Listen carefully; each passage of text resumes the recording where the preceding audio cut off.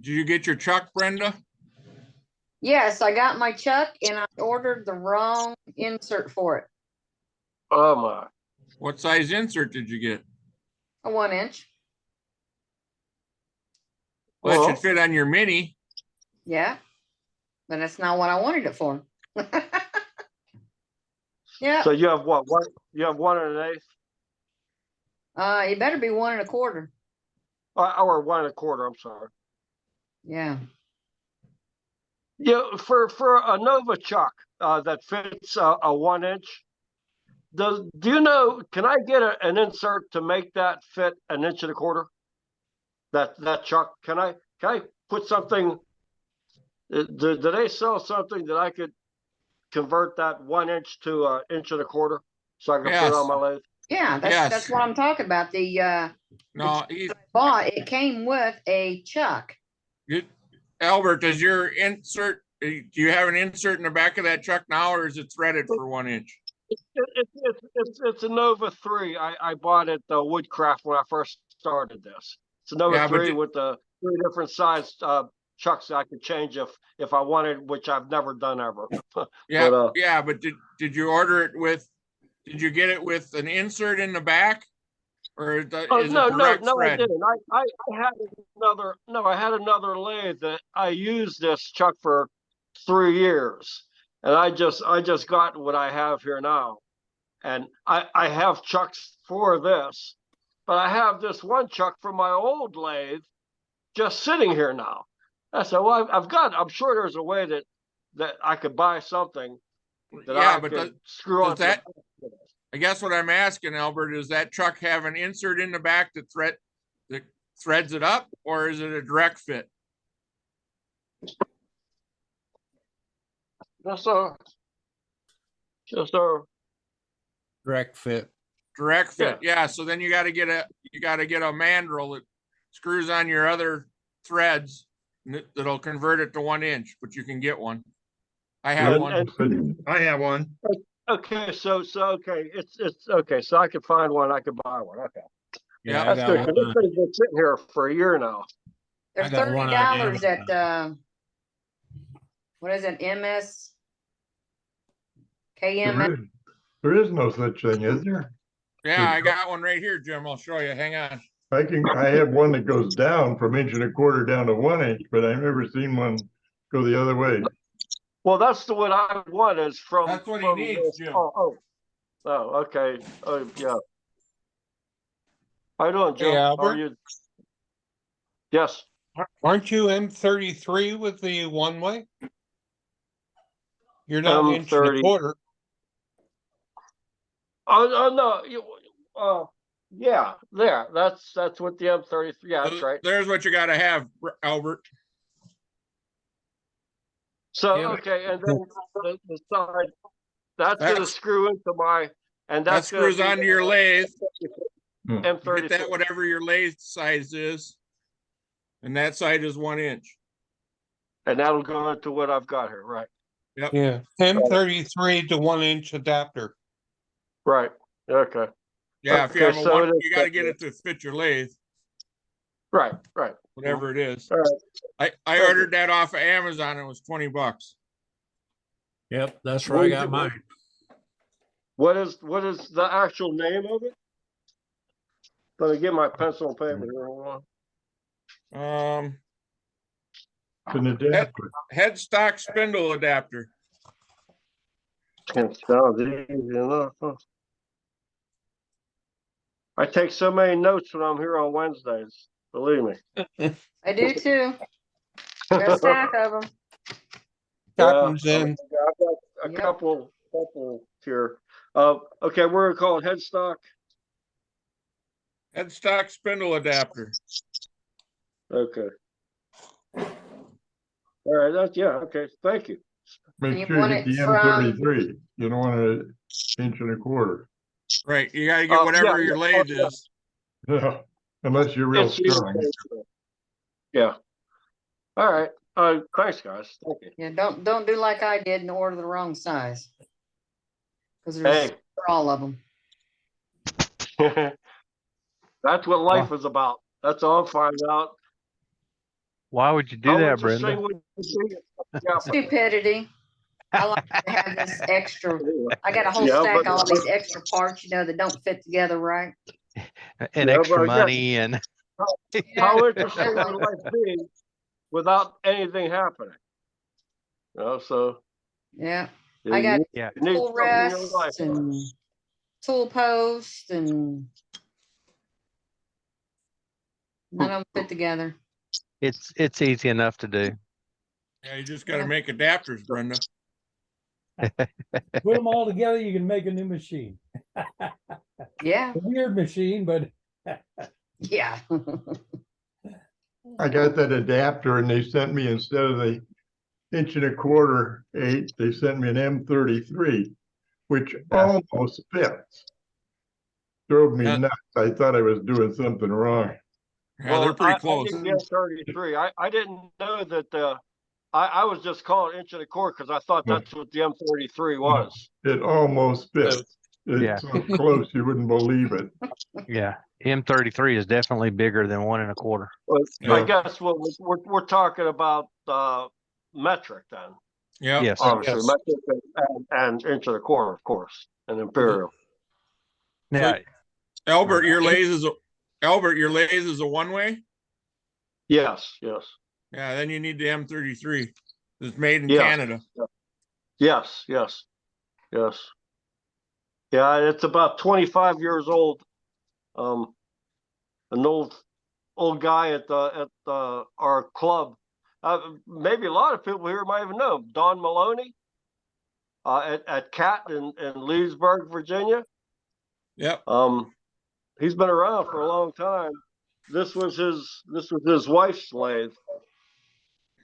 Wow. I do know that One Way Um, also makes a 1 1/4" inch spindle. So, They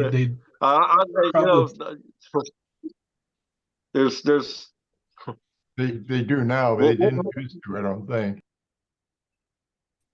Yeah, I think no, this it's, is the M33. What I have is the M33.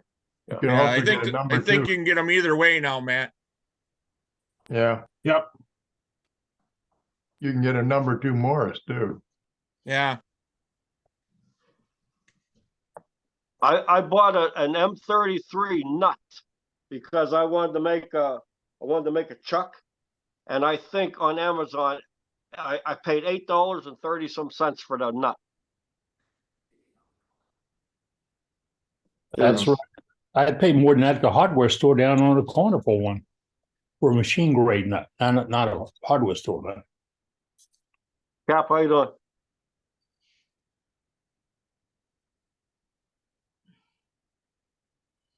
Doug gonna help you, Brenda? Do what? Will Doug help you? With the question you asked me? Nah. that's you.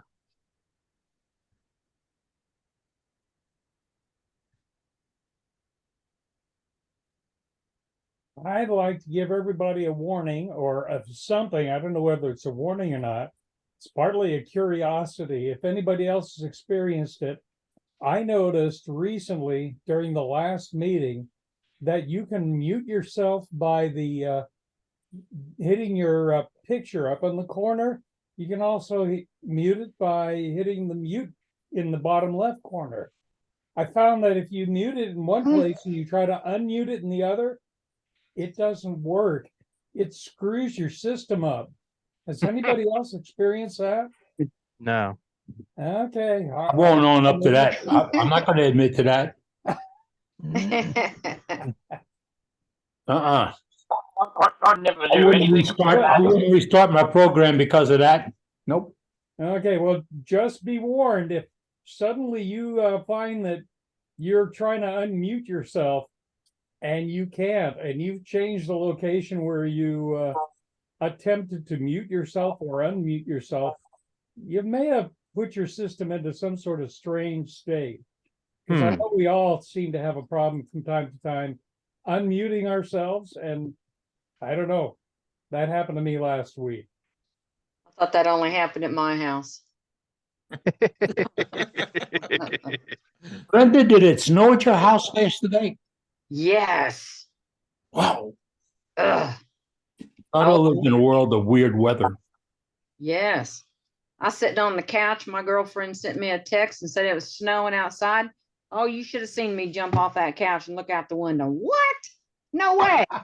Yes, it was. It was. Hmm. Looking forward to that. Huh?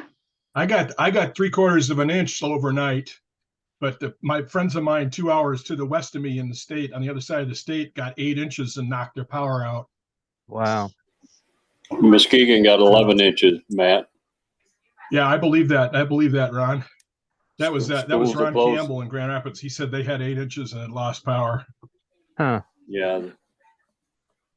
I'm in Florida right now, so it doesn't bother me. Yeah.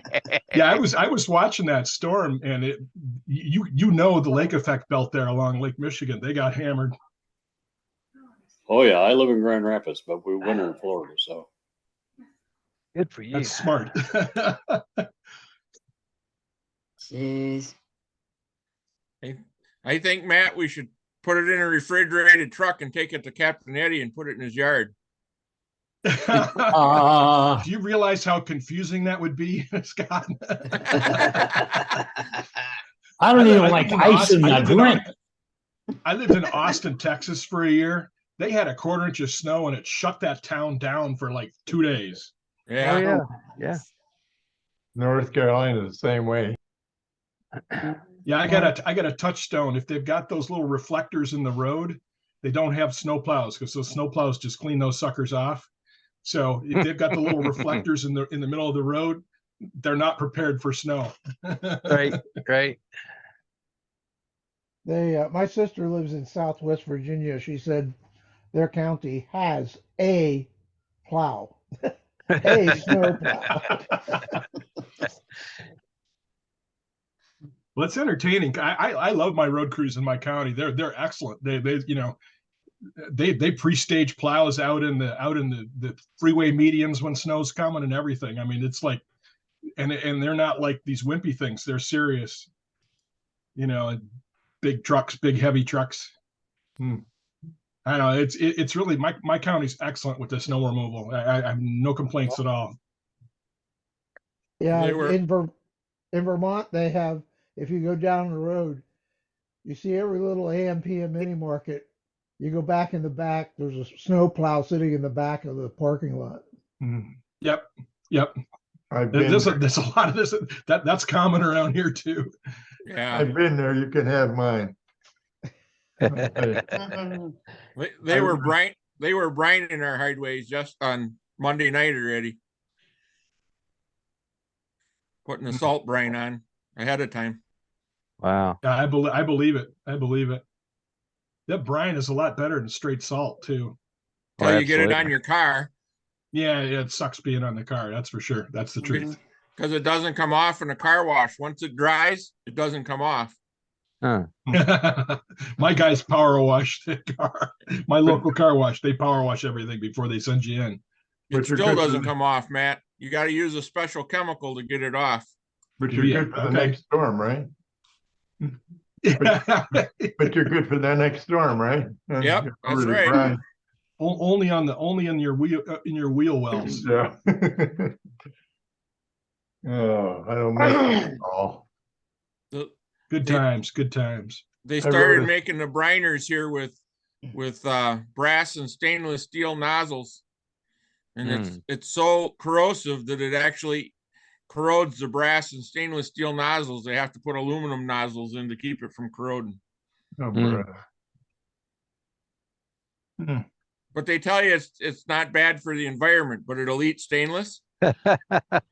Something's wrong with that picture. Tell me about it.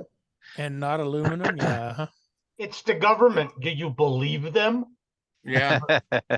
Careful. I used to work for the government. Careful. You were smart. You got out. Note to self. That them? means we take everything Scott says with a grain of salt too. No, I was on the low end of that totem pole. I wasn't in management, thank God. There you go. I was just one of them poor engineers that made your life miserable with roundabouts. Ah, Ooh, in yes. all honesty, I as much as people hate roundabouts, the ones that they put in here, they work a lot better than the four-way stops did. And you can agree. get through them a lot quicker than the stoplights. If they make agree. them big enough for trucks, they're fine. It's when Yeah, they That's put true. in an industrial area and they put this little roundabout that a semi can't make it through. Yeah. Yep. Well, it can, but it'll take out all the other cars. Mhm. Well, it'll Yeah, take out. you guys are not wrong about that. here in Wisconsin, you can't enter a roundabout if there's a semi or a long truck in it by law. They can give you a ticket. Makes They sense. made them here in northern Minnesota, a couple of them so small, if you were towing a small boat and trailer, you couldn't hardly get around them. You Yeah. had to jump the curb. Yep. That's the way they are here too. They build them too small. Yep. Yeah, Send they them did over to that. Germany. That's where they originated. And they take up acres. Yeah. Well, They take up twice as much land as a standard traffic signal coordinated signal system. Yeah. They relocated the terminal at the airport in New Orleans from one side of the airport to the other, a couple of big billions of dollars project a couple of years ago. They never did anything to change how you get into it from the interstate. They didn't put in any additional exits or anything else. And you were going through what used to be an old neighborhood to get into the airport. Well, finally, that city had to spend about $250 million to build interchanges. And now they have one of those divergent interchanges where at one point you cross patterns, you go from the right to the left to crisscross for the ground traffic of the they actually have lessons, and they have a video on internet of how to get through this. You have to teach people how to drive down a road because you've changed the road. I mean, you know how well that's going to work. It's a nightmare out there. And then the whole thing, it opened a day early and screwed everybody up because the line painting and everything, the sheriff's department didn't have it manned right. So they didn't have the traffic directed right.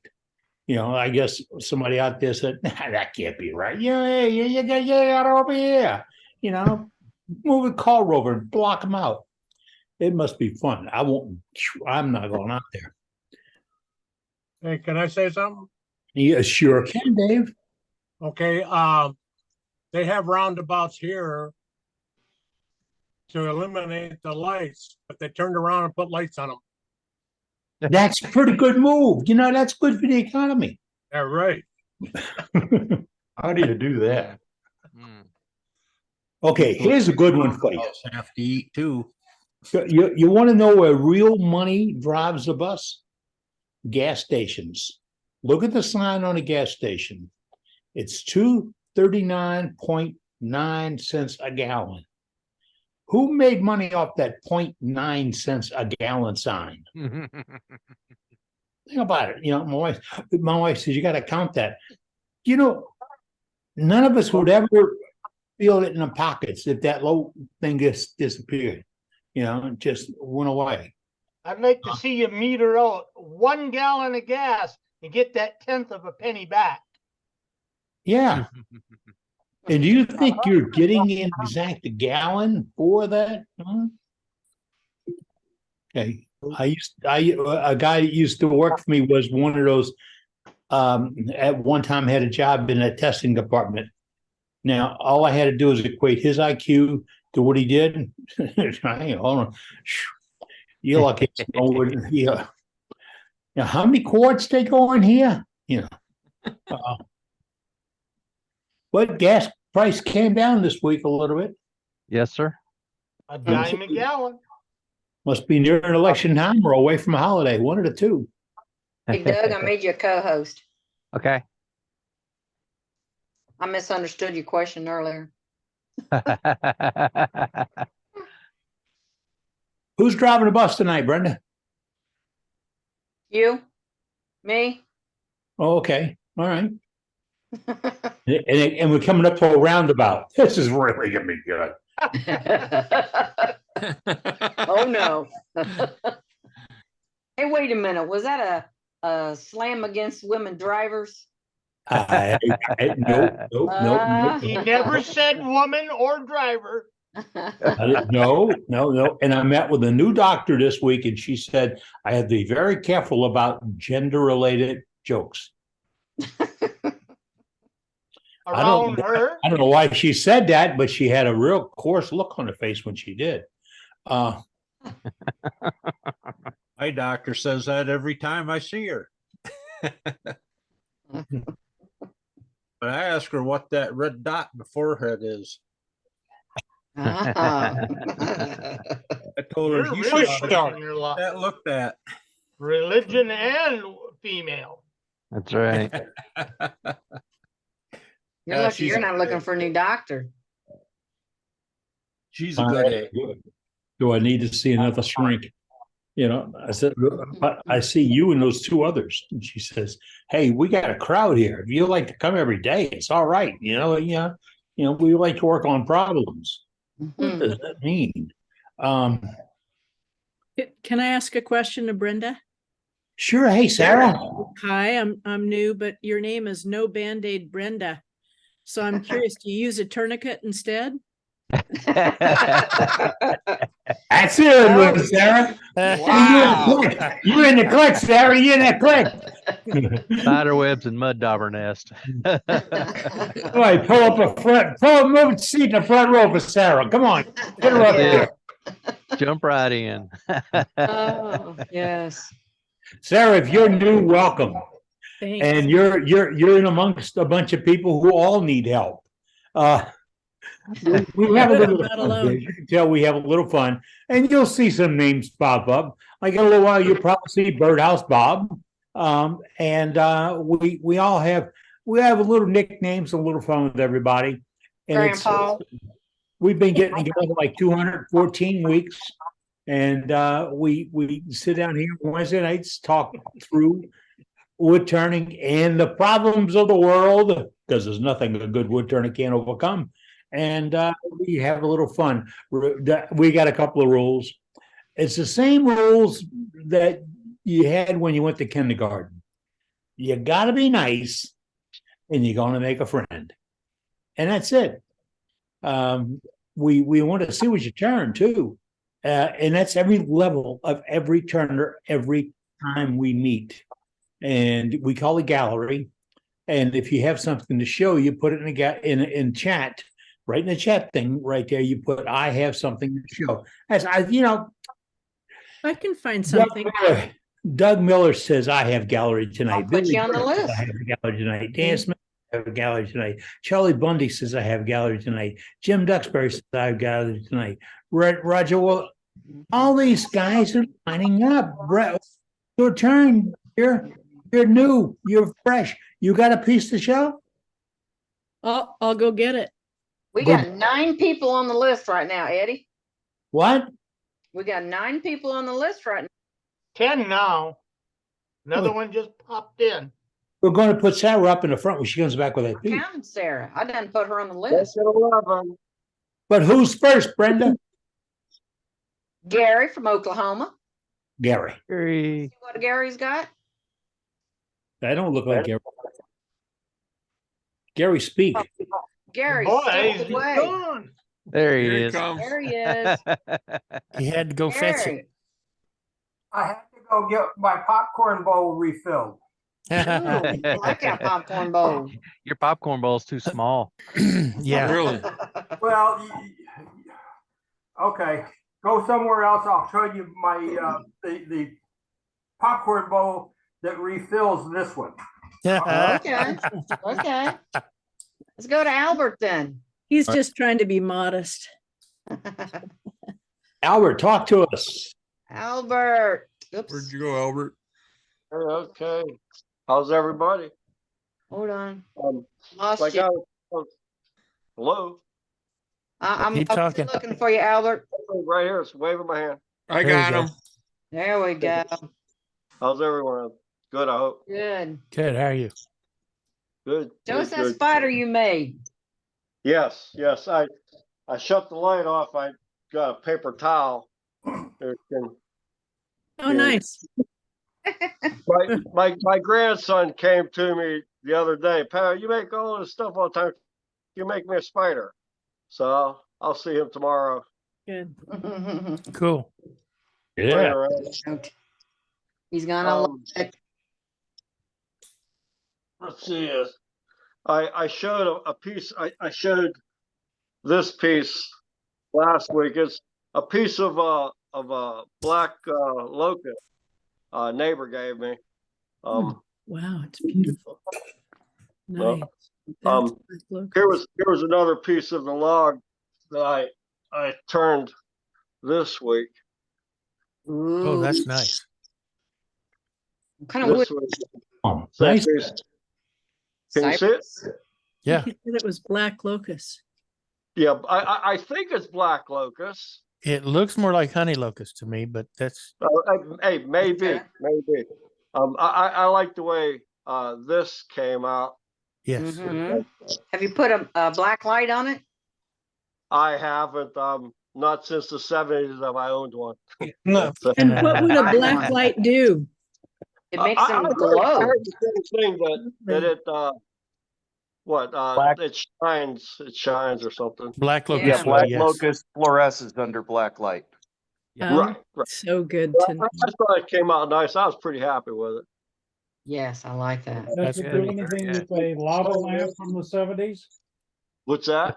Does it do anything with a lava lamp from the 70s?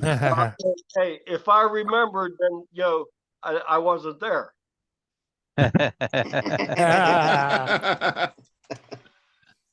That's I had good a piece finial. of red bud, and I turned his face. Well, I mean, you can see. Hopefully, you can see the good finial. Very nice. Oh, no, nice. Start off with a cube, square cube, and try to make something out of it. I've turned red, but it turns beautifully. Likes to crack like crazy, but it turns beautifully. Yeah, I mean, there's the whole thing. It was a hard, real porous. Albert, Yes. Albert. So how did you get your finial done, that spiral? Yeah. How did you make that? That's a worldwide wood turner secret right there. Can you see it? Yeah. Yeah. Yep. Matt, Nice Matt, job. would you like to answer the? Did you the put a question? hole in something and then? Matt, turn it would on? you like to answer the question? Yes, we did a demo, I don't know, 2 months ago, a month and a half ago, on how to make those right Oh, here. really? There on the, Okay. And that video is on our YouTube channel. Very nice job, Albert.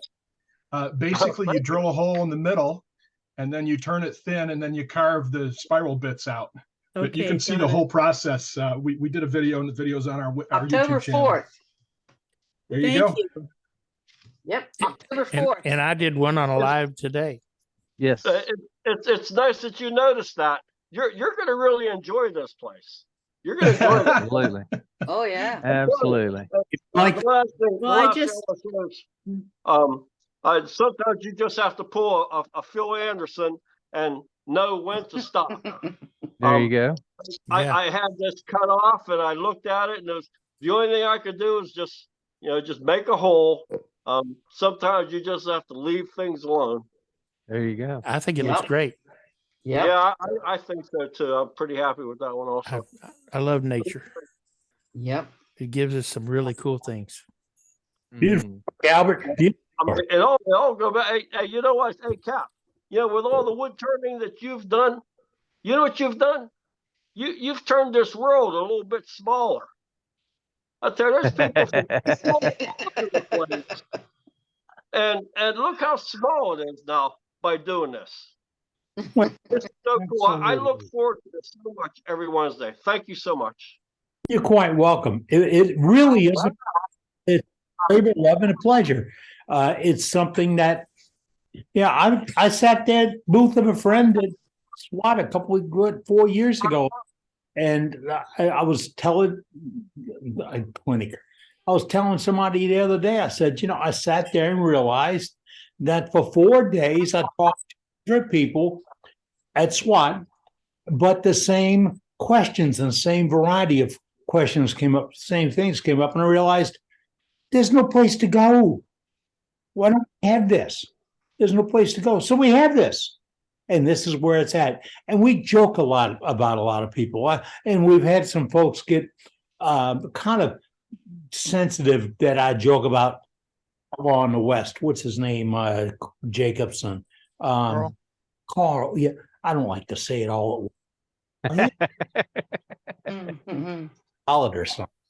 But now so I can talk about Robin. She's a sweetheart. But, we joke about these people and we talk about them, but they're all friends. We're all in this together. We throw away the politics. We leave the cash box out by the curb because there's no money involved here at all, ever.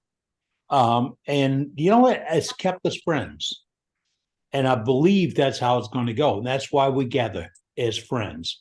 And we're going to keep looking at things. Let's go back to gallery tonight. We got something to show. Brenda's going to call on you. Here's the rule for new folks. If we introduce you, speak, because we have 4 or 5 brand new co-hosts who are all volunteer members who watch the screen with us so they can highlight you. Like if I want to go back to Gary, because he's got this little bitty one bowl he wants to show us. I mean, it's about that. Yeah, right. That's his popcorn bowl. 14 inches. Oh my. That's the family popcorn bowl. And then fill these from. That'll work. You got that backwards. Yeah, my wife would eat out of the big one. Yeah, well, that was Bradford pear. I turned that a long time ago. Nice. Okay, Nice. I need some help also on this show and tell. I had a red oak log that I cut 6 bowl blanks out of and turned them. And now that I've got my vacuum chuck working, I started turning the second turn. This is the first bowl that I have turned now for the second turning.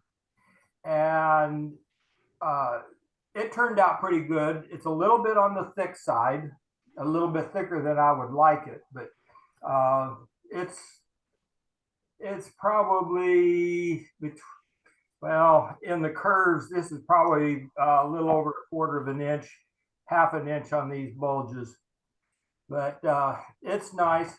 Now, first question, I sprayed this with DAP sanding sealer, and I have not done anything with the inside yet. I put the tried and true original hydrolyzed and beeswax on the outside. And it's been now about 36 hours. It's not completely dry as much as I would think that it might, because I sanding sealed it and then put the beeswax and hydrolyzed linseed oil on it. Is that a problem for drying? I would think it would just simply slow you down a little bit because it's not soaking into the wood like they originally intended to do. Right. Well, that's what I'm wondering about. That's why I only did the outside. And I'm going to leave this for another day or two just to see kind of how it goes before I either take it off and go with something else, and how I'm going to do the inside. Gary? Okay. Yes. If you're going to use an oil finish over a lacquer finish, you need to make sure that the lacquer has completely cured. That might take several days depending on your humidity. Even if it's just sanding sealer, you have to make sure that it's fully cured. Otherwise, the two will interfere with each other. Right. Okay. That was at least 24 And that goes hours. the other direction as well. Right. Yeah. it was at least 24 hours, and because of our temperature now, we're pretty dry. So that was the first one I turned. But didn't you say you put wax in the middle? I think the wax in the middle messed it. Well, Yeah, maybe. It's the That's really tried and true original is the hydrolyzed linseed oil and beeswax combination. That's tried and true. Okay. Once you put wax in there, I don't know. Yeah. Okay. So I wanted for my second one, the blank was about the same, and I wanted to go a little bit thinner. Pretty. It flew away. I made it thinner. So this It's is still only- pretty. Yeah, well, so that was what was left over. And it's got one coat of satin spray DAP on it. The third one now that I have turned is this one. And it does not have anything on it yet. I have not put a sealer on it or anything else yet. But it's got a couple of spots where the bark and HBO in that hole. let's see here. What channel's HBO on? Just 501 up to 520 or something like that. I'm gonna look at them. Audio. I love it. Starts 501. All right, somebody got him. Okay. Go ahead, Gary. Anyway, so this is the second one, and I haven't put anything on it yet, waiting to kind of see what I want to do. If I want to go ahead and DAP seal it, and then what kind of a finish on it.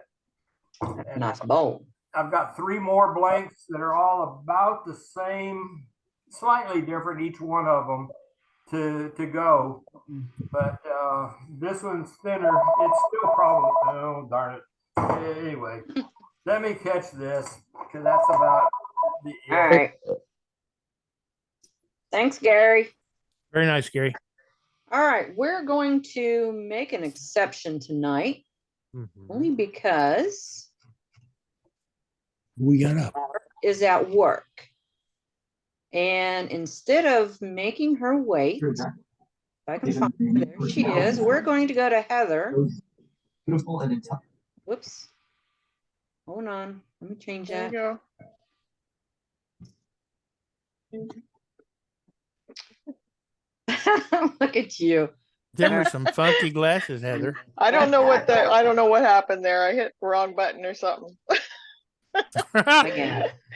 Those are not my glasses. Here, let's take them off, see what happens. No, they're still there. Nope. Okay. And I've only got half a screen for some reason, so I can Yeah. only see the top of my head. Okay, there we go. You got it? Okay. Probably buttons I pushed. So I made birdhouses this week. There's one. Sweet. Oh, I won't Very hold it in nice. front I'll of my put it in glasses. front of you. Don't put it in front of the Camera. glasses. There we go. More. There we go. Back up. There you go. Towards you. There There you you go. go. Very Okay. nice, Heather. There's one. Love it. And there's the other one. That's pretty. Nice. Ooh. Those are really nice. Made 2 of them. Very nice. Great video too. Thank you. Very that's it. nice. That's all I had to show. All We're right. finished with Thanks, the Heather. igloo. Oh, the glass. You're welcome. Ah, yes. Hey. All right, let's go to Doug Miller then. Well. Tell him. Have a that. good night, Heather. You want me? Okay, there you There go. we go. All right. Did a couple of things, actually 3, and they all happened to be yesterday. I don't know why all my turning got done yesterday, except that I've been cutting up wood, getting it, and I'm getting a lot of round disc. Everything's ready to go so that when it's time to turn, I've got stuff ready to go. But anyway, yesterday on YouTube, turned these 2. These are both cherry out of a plank that I had been cut into. Somebody was getting rid of it, I'm sure is why I have it or had it. It's all been cut up into discs now. This is kind of the medium size, and I got this one, it's just a hair smaller, and they go progressively smaller and progressively larger. I forget now, I got like 9 or 10 little discs these were, the board was 1 inch. So these are very, they're not very thick at all. Trying to get so you can see. There we go. There's not a lot of depth to them, but they make great little dessert plates or little occasional plates sitting around the house. These are finished with abrasive paste and wax. So, they came out really nice. Ended up being a good demonstration for stuff that a lot of people would either try to build something with or would cut it up and throw it away, maybe make pin blanks out of. But I made disc out of it. I just took my little compass and drew circles and went to a bandsaw and cut it up into circles. But then I got thinking my sister really wants, she saw my big salad bowl. Y'all remember it, about 13.5 inches, a real nice piece of black walnut. She was wanting that bad. And I kept saying, no, I love you. You're a great sister, but you're not getting that bowl. I'm making her one. This one came out 11.25 inches.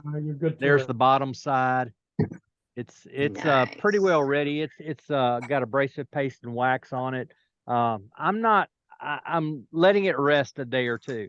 I'll buff it up again and see if I like it. If not, I'll clean it up good, give it a good alcohol bath and put some lacquer on it, more like mine was.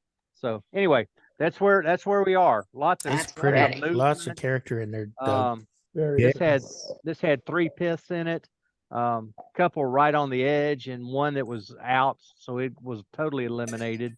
But yeah, a lot of character there, a lot of movement in the grain.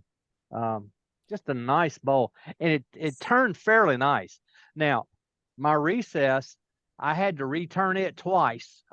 First time it was too big. Second time, it literally broke out, and so this should have been like an inch and a half taller than it is. It's tall enough. It's 3.5 inches tall now, but it came out pretty nice. Yes, Sure, it she'll did. love it. Beautiful. I'm sure she's going to be happy to receive it. Oh, She my, will. yeah. She will. Is that She'll love it. your Absolutely. your live yesterday was pretty cool also, Doug. Yeah, that was these cherry plates. Thank you. Yep. I Yes, it seen was. that. It was nice. It was nice. Thank you. That's all I did this week so far, other than making all those blanks. Give her a small bowl first. Oh yeah. Yep. Me. You're cruel. All right, let's go to Billy Bird. Oh. Hey, Bill. I was inspired I was inspired this week by Heather. She did a birdhouse ornament, and I've done a few, but it's been a while, so I thought I'll do a birdhouse ornament too. But I was also inspired by Matt's ribbon finials, so I decided I was going to do both, and I was turn the birdhouse with an integral ribbon finial. So I'm not done. I started this on a live today on my YouTube channel, but this is the body of the birdhouse ornament.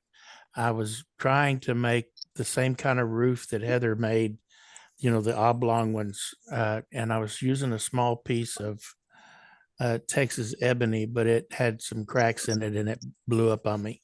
So back to the drawing board for my roof, but I've still got some work to do on the finial. I am going to color it matte harbor style with some iridescent paints. I'm thinking probably blue to purple to red. So we'll see what happens there. So the body's can't all wait, sanded up Billy. and ready to go. I just need to tweak the finial some, but that's a cool process. I kind of like it. It's a lot of fun, isn't it? It actually is. Pretty Yeah. fancy for a birdhouse. Yeah. Tell you, that That's bird's an extra $100. You got So it. I'll put Remember that. was He that only wants those special birds. oh yeah. So I'll put pictures of it up when I'm done on the website. So or I'll mail them to Eddie to put up. So that's it. Thanks, Lynn. Yeah. I wonder Thank you, Miss Ruby. if the birdhouse was just on a string hanging and the wind caught was it still called a finial if it's at the bottom? If it caught that, if it would spin it, It probably will that or would. would. Sounds like we need to experiment. It does. But yeah, I think it would. It probably should. Put seatbelts inside.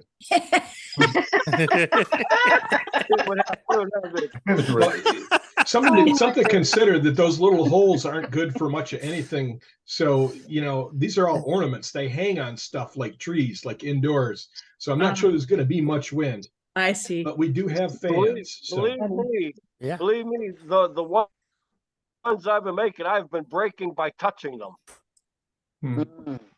I don't think this one's quite that thin. I left it about 1/8 of an inch thick. I drilled it with a 1/2 inch bit and I got so mad twice this week. And turned it down. It's 1/8 of an inch or less. So I got it pretty thin. It's too thin that it was starting to blow out, but I managed to salvage it. How thin are you making yours, Scott?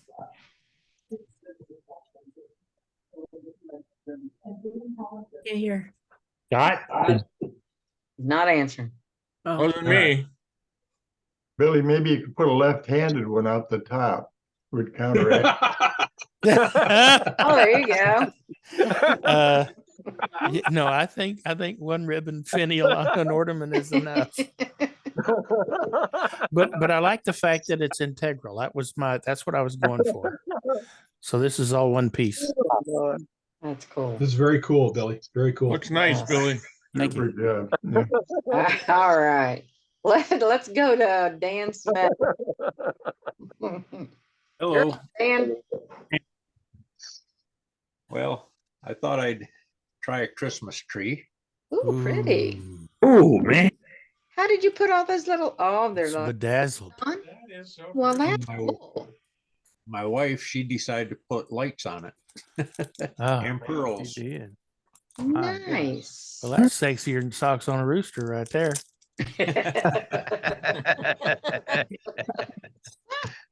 I think she did a good job. And then I made a bowl. Ooh. Pull it back towards you, sir. Oh, wow. Ooh. That's some wicked spalting. Yeah. Yeah. I had trouble with it because it kept cracking and stuff. What species is that, Dan? Do you know? There's a cat. Don't have a clue. It was neighborhood tree fell down. It's a cat bowl. Did you Yep. see the cat? Oh, he's on the side. And it was crazy because I got right down in the bottom here and there was like a little branch. It was about 1 inch long. And I left the center in it and I started cutting that out. And that broke off and it come up and it hit my shield. But on the head part, just a small little thing. And it reminded me of the safety meeting last week. Yep. And I was happy to see that. Yeah. That is beautiful. I put some lines in it for decoration. There's the cat. There's the bunny rabbit. You I see? don't know what kind of drugs Brenda's taking, but I want some. Me too. Well, there's an eagle on the side. Yeah, an eagle, and on the other side looks like a turtle. Now we've been. Right between right under his forefinger, right above. Yeah. Oh, yeah. Right there. Wow, cool. Love My it. wife, this looks Yeah. like a Rocky dog. the flying squirrel. My wife says that looks like a dog or a wolf. Y'all do know without actually scaring away to remember. Chasing, running, yeah. Fox. The cat looks like a fox. Yeah. Beautiful. Really beautiful. Beautiful piece. That is gorgeous. Beautiful piece. The two burned in lines really accent the ledge. It's the rim. That's Yep. Very Yeah, nice. I put this up on a plate, a piece of wood like this, and I was I had it mounted on the back yet on the lathe, and I put a piece of wood with the tailstock because this was flexing sides. And I was burning these in, and the wire came off and went between them. And I don't know how, I didn't want to put too much pressure on it because it's not very thick. So I didn't want to break it. And it put a little mark in it. So I had to turn that out. But it, all in all, I think it turned out pretty good. Yeah. Yes, it did. Now I can get on to the next adventure. When you get that one done, Dan, see it, okay? That? When you get that one finished, we want to see your next adventure. Okay. All right. Is your did you use your tenon as a foot? Is that what you said? Yeah. Back here. Oh yeah, and then you just did the inside. Great. Yeah, got it. Yeah. All right. Let's see what Charlie Bundy's got to show. Yes, sir, or ma'am. I've been making clocks for everybody for Christmas. Ooh, I pretty. showed a few. Now this was maple and it was real bad soft spots in it. So I filled it with brass. Pretty. Oh, how It's a sparkle. was that hard? Did you use glue and brass filling or something, or? I have a lot of old unreloadable shells that I can't reload them, where I sit with a metal rasp and grind and cut them down myself. Right. Oh, wow. And then use super glue to glue them in. Super glue and that. Okay. That's some labor of love right there. Interesting. Filing all that brass down. It's when I have nothing else to do. Wow. That one, last one was maple. This one is all Pretty. there's Ooh. some character in this one, but it's pretty. Very good. Real nice. And this is the one I finished today. This is Change it up a little bit. Cool. I like that. Looks like a corral fence. Yeah, it's supposed to look like. I'm gonna try to take a piece of wood and make look like a rope and hang it over it. Yep. Starting to get quite good at them, Charlie. And then, well, I got to make 17 of them, and I think I've got 11 of them made. Oh my! I made 4 or 5 of them in a 2 or 3 day process. Thought I was doing really, really good, and then I had one. I was sanding it down, and boy, it looked like there was a little gouge left, and I went back to my coarse sandpaper. Here, I'd made it so thin. When I hit it with the coarse sandpaper again, it chewed all the way through it. So I made an insert for it and made a hanging clock. There you go. Oh, cute. Nice save. That'll work. Great recovery. That's recovery room. The outer piece is Get in there, Charlie. Get a inner piece picture. is Send it old. in for recovery room. Yeah. Yep, Tim Hatch will give that the recovery rooms award. Charlie, all you need is a chain and you can wear it around your neck. Pocket watch. And a boom box. There That's all I have. Very nice, Charlie. Good Nice, job. Charlie. Nice, nice. All right, let's see. Oh no, there's that really smart guy. Let's go to Jim Duxbury. Jim. Oh, Yeah. Okay, see if I can That's find smart him. tonight. And thank you for taking me before that next guy. Never mind. Nice job, Charlie. You roll with the punches. Good. All right, I'm not finding his name. Yeah, I don't think anybody likes to follow Mr. Duxbury. No, Tell me not about it. even me. I got him. Oh, I don't mind, you guys. Come on. I have, Find him? I get There he attached, is. I'm finding out I get attached to my work. And we had a big sale this week. Don't say anything. Anyway, I had a gorgeous bowl. I mean, I really liked it. And you get so many gorgeous pieces, you know, you got to do something with them. So I put a fancy price on it. And I put it in this thing, and I'll be darned. A guy came along. I mean, this was many hundreds of dollars. And the guy came along and he kept looking at this thing. And finally he says, "You sure you really want to sell that bowl?" And I said, "You know something? If I didn't sell it, it wouldn't bother me at all." And he says, "Well, I really want it." And it kind of got me in the heart. I'll tell you. I parted with it and I had the money, but sometimes you just, yeah, you have the money. That's right. My wife has the money. Anyway, I learned a lesson there. We had either raise my prices or be prepared. Made some more. Jim, my own perspective is that, you know, well, what that does is it justifies you being able to make another one. Oh yeah. There's a lot. Oh, maybe someday. Yeah, that was a lot of work. Anyway, I've been selling these napkin holders.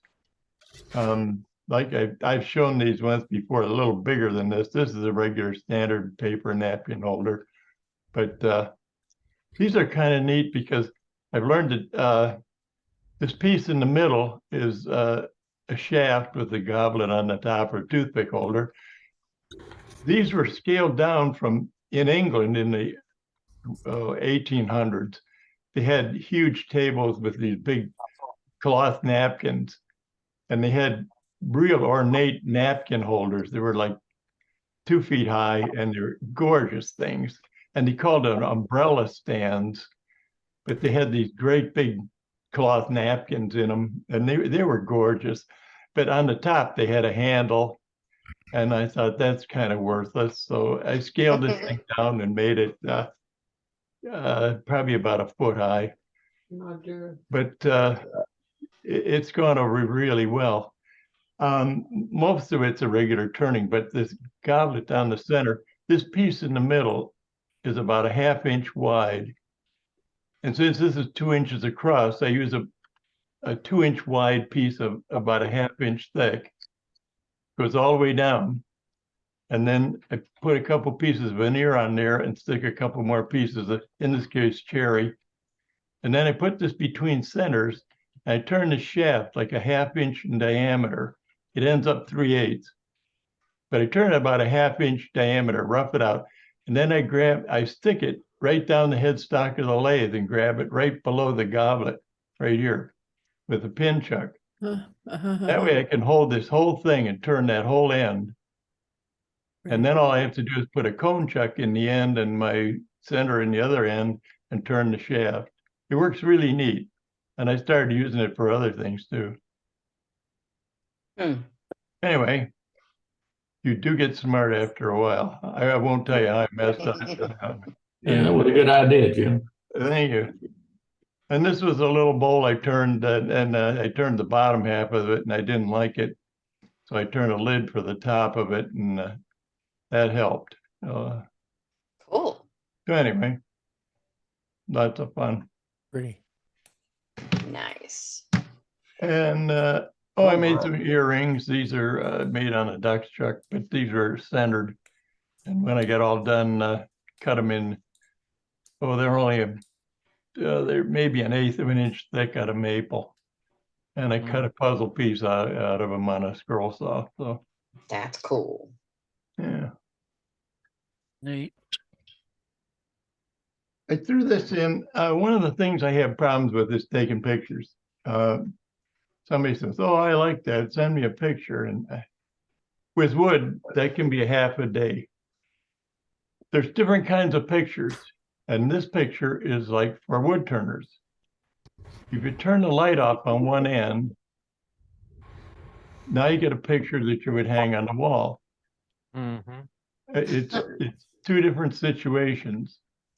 This one shows the grain and if you wanted to see how it was made, but this one gives shadows to highlight the peas.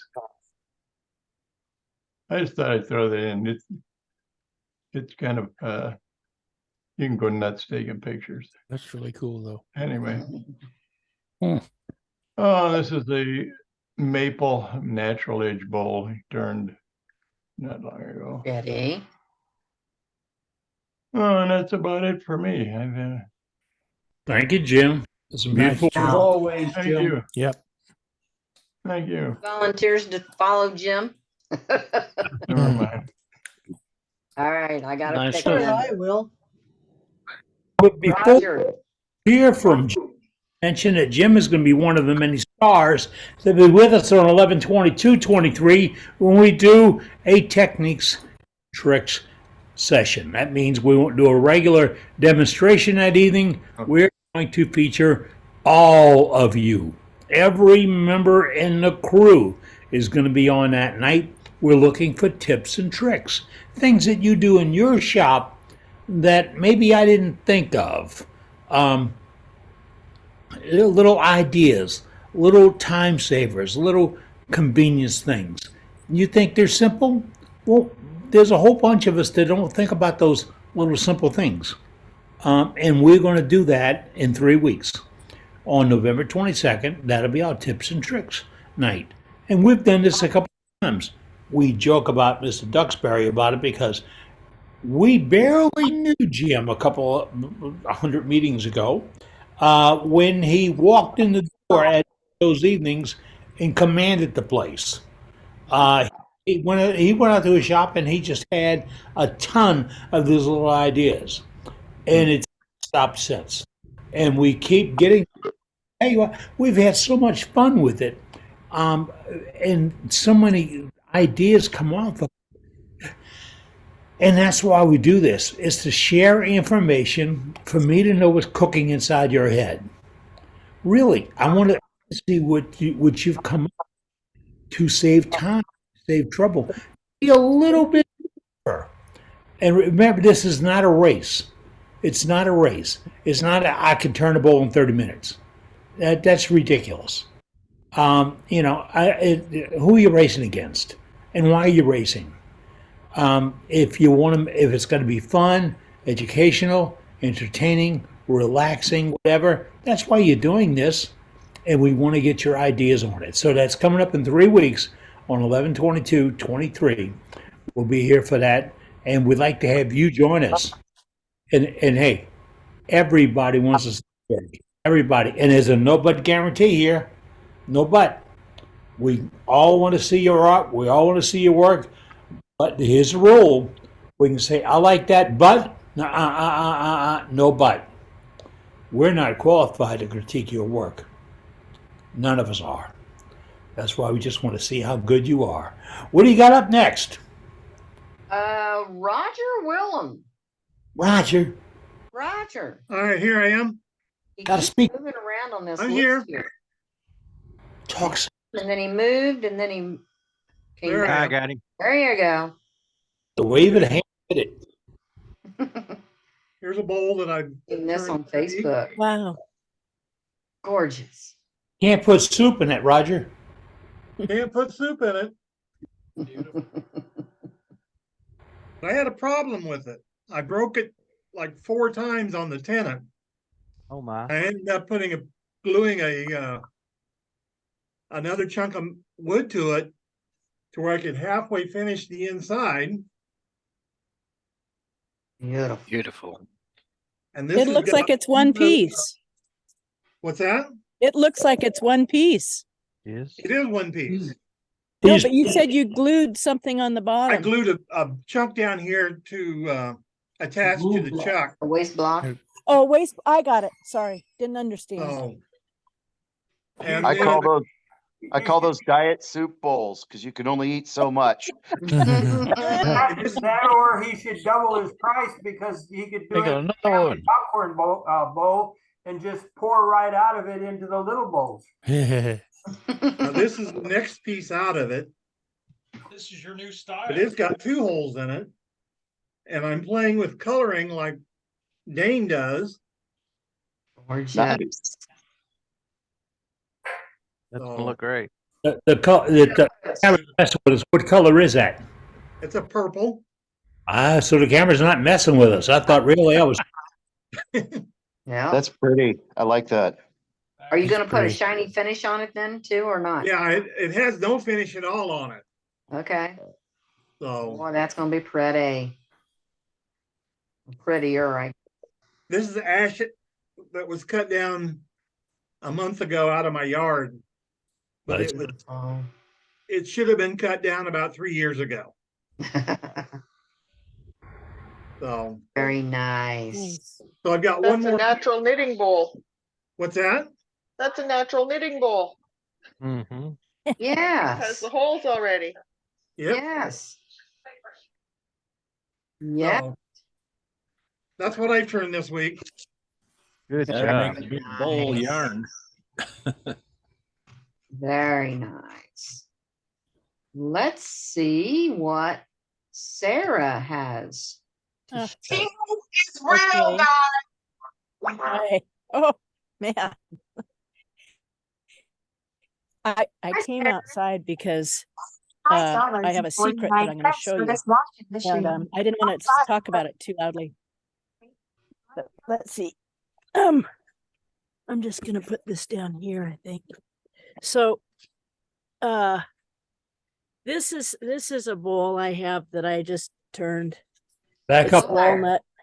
Yep. Oh, there you go. Back up. Back up. There you go. I think it has a little burl in it. It's But I don't really know. pretty. There's a, Looks like it. and Beautiful. there's the bottom. And this came from a chunk of wood from one of my local groups that maybe it was a summer auction or something, and it was actually a pretty big thing. I thought I was going to get a salad bowl out of it, but when I started it, it was all rotten on the inside. You didn't see it from the blank, but as soon as I started cutting out the bowl, it had holes and inclusions and bark in there, and it just was putrid when I turned it. Like when I'd cut through that, it was like rancid. And maybe it made me feel like I'm just gonna see how far I can go, how far it goes. And I ended up getting a thin bowl. So a beautiful problem bowl. is- my problem is I stopped too soon, and then beautiful bowl. it's thin about this far down, and then it gets thicker, right? And this corner in here is always hard to get smooth for me right in there. But I just thought, I guess I didn't have attachment to it because there were so many problems with it. It was kind of a gross piece of wood that I thought I'll just see if I can. And I ended up making one of my best bowls. So I'm really happy with it. So that's kind of what I have to show. What I was working on here, I'll show you my something here. This is what I recently share. So this is what I recently made. And that's all spindle turning. This is for a scarecrow That's festival. cool. And I took That a is gorgeous. Wow. That's gorgeous. How tall is that? We lost the audio. You're Sarah, you muted, muted, Sarah. you muted Sarah. Sorry, Oh. it's about 6, well, it's between 5 and 6 feet. And I took that model from one of those little drawing models that are about a foot tall, you know, that people can reposition and use the mannequin kind of thing for drawing. Anyway, and I just made it big. And she was supposed to be interactive, like you could move her legs and reposition her, and kids would come by and do that. But I couldn't get the springs to hold, even though I hollowed.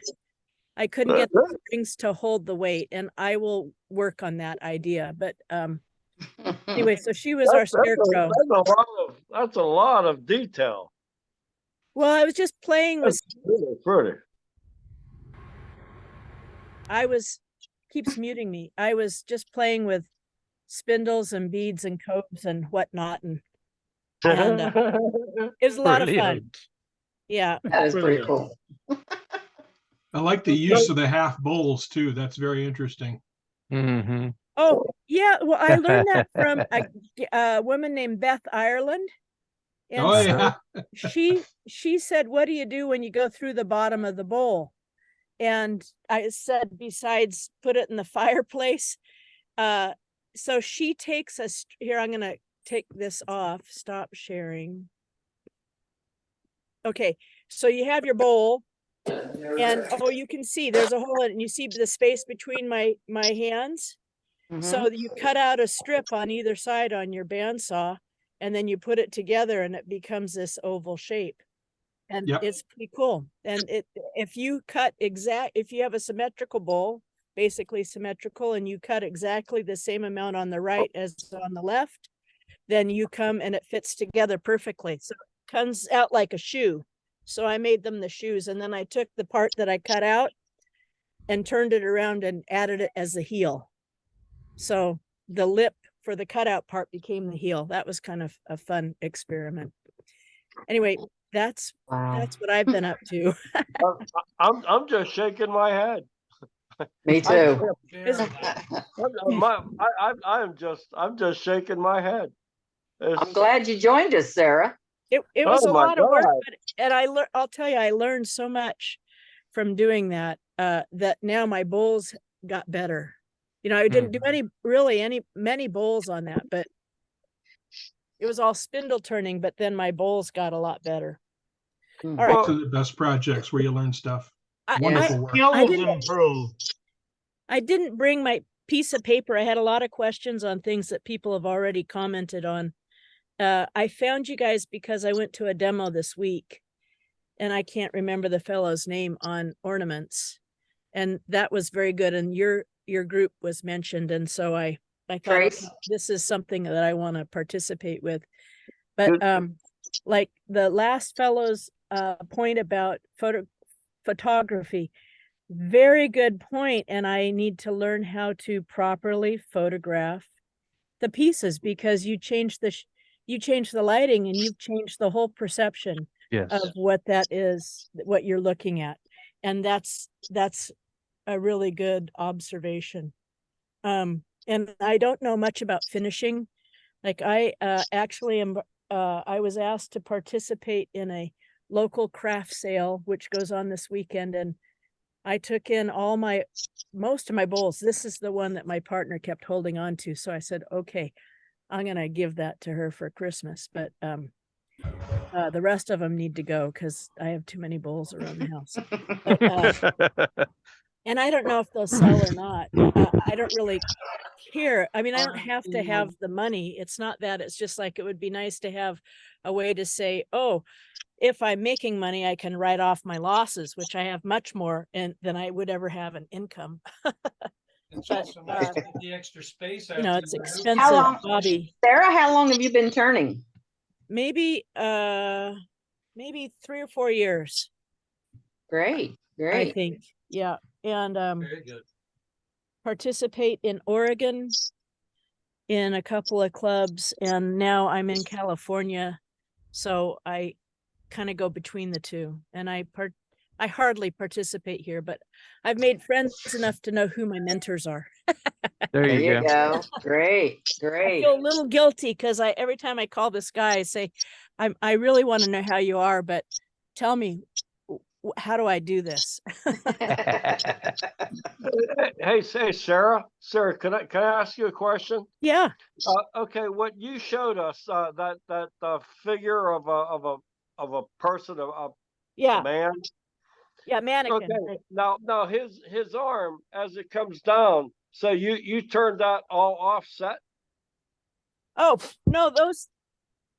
no, but I did learn quickly about offset turning a little bit this summer. So I was trying to think about incorporating it. No, those are not offset. I saw how they they are came hollowed. down and you joined them together. they're hollowed and they have a spring that attaches, and then there's a ball with a hole in it, and then the spring attaches through a dowel, which are here, I'll show you, which are sticking out. Okay, that's right. You said you wanted them to turn at one time or move. And then, yeah, they do move. Like here, I'll show you. Here's me with my friends. Can you see that? Yeah. Oh yeah, so I'm lifting her arm. She was supposed to be standing, but I couldn't get the springs tight enough to control her pelvis. So instead, I took apart her pelvis and I glued her to the stump, to the stool, and then I drilled holes and drilled her legs in. So she sits now. But yeah, her legs and her arms all move. And they just wouldn't hold their position because the wood was too heavy for the springs, even though they're not as heavy as the weight the spring said they would take, but it just didn't do what I thought it would do. So I will work on it and maybe next year get one that will hold its position or something, not a person, but I'll do something that'll hold its position. That looks like it was a lot of fun. I'll tell you that. Oh, it was. And you know, the smile, actually, I did do offset turning for the smile and the nose.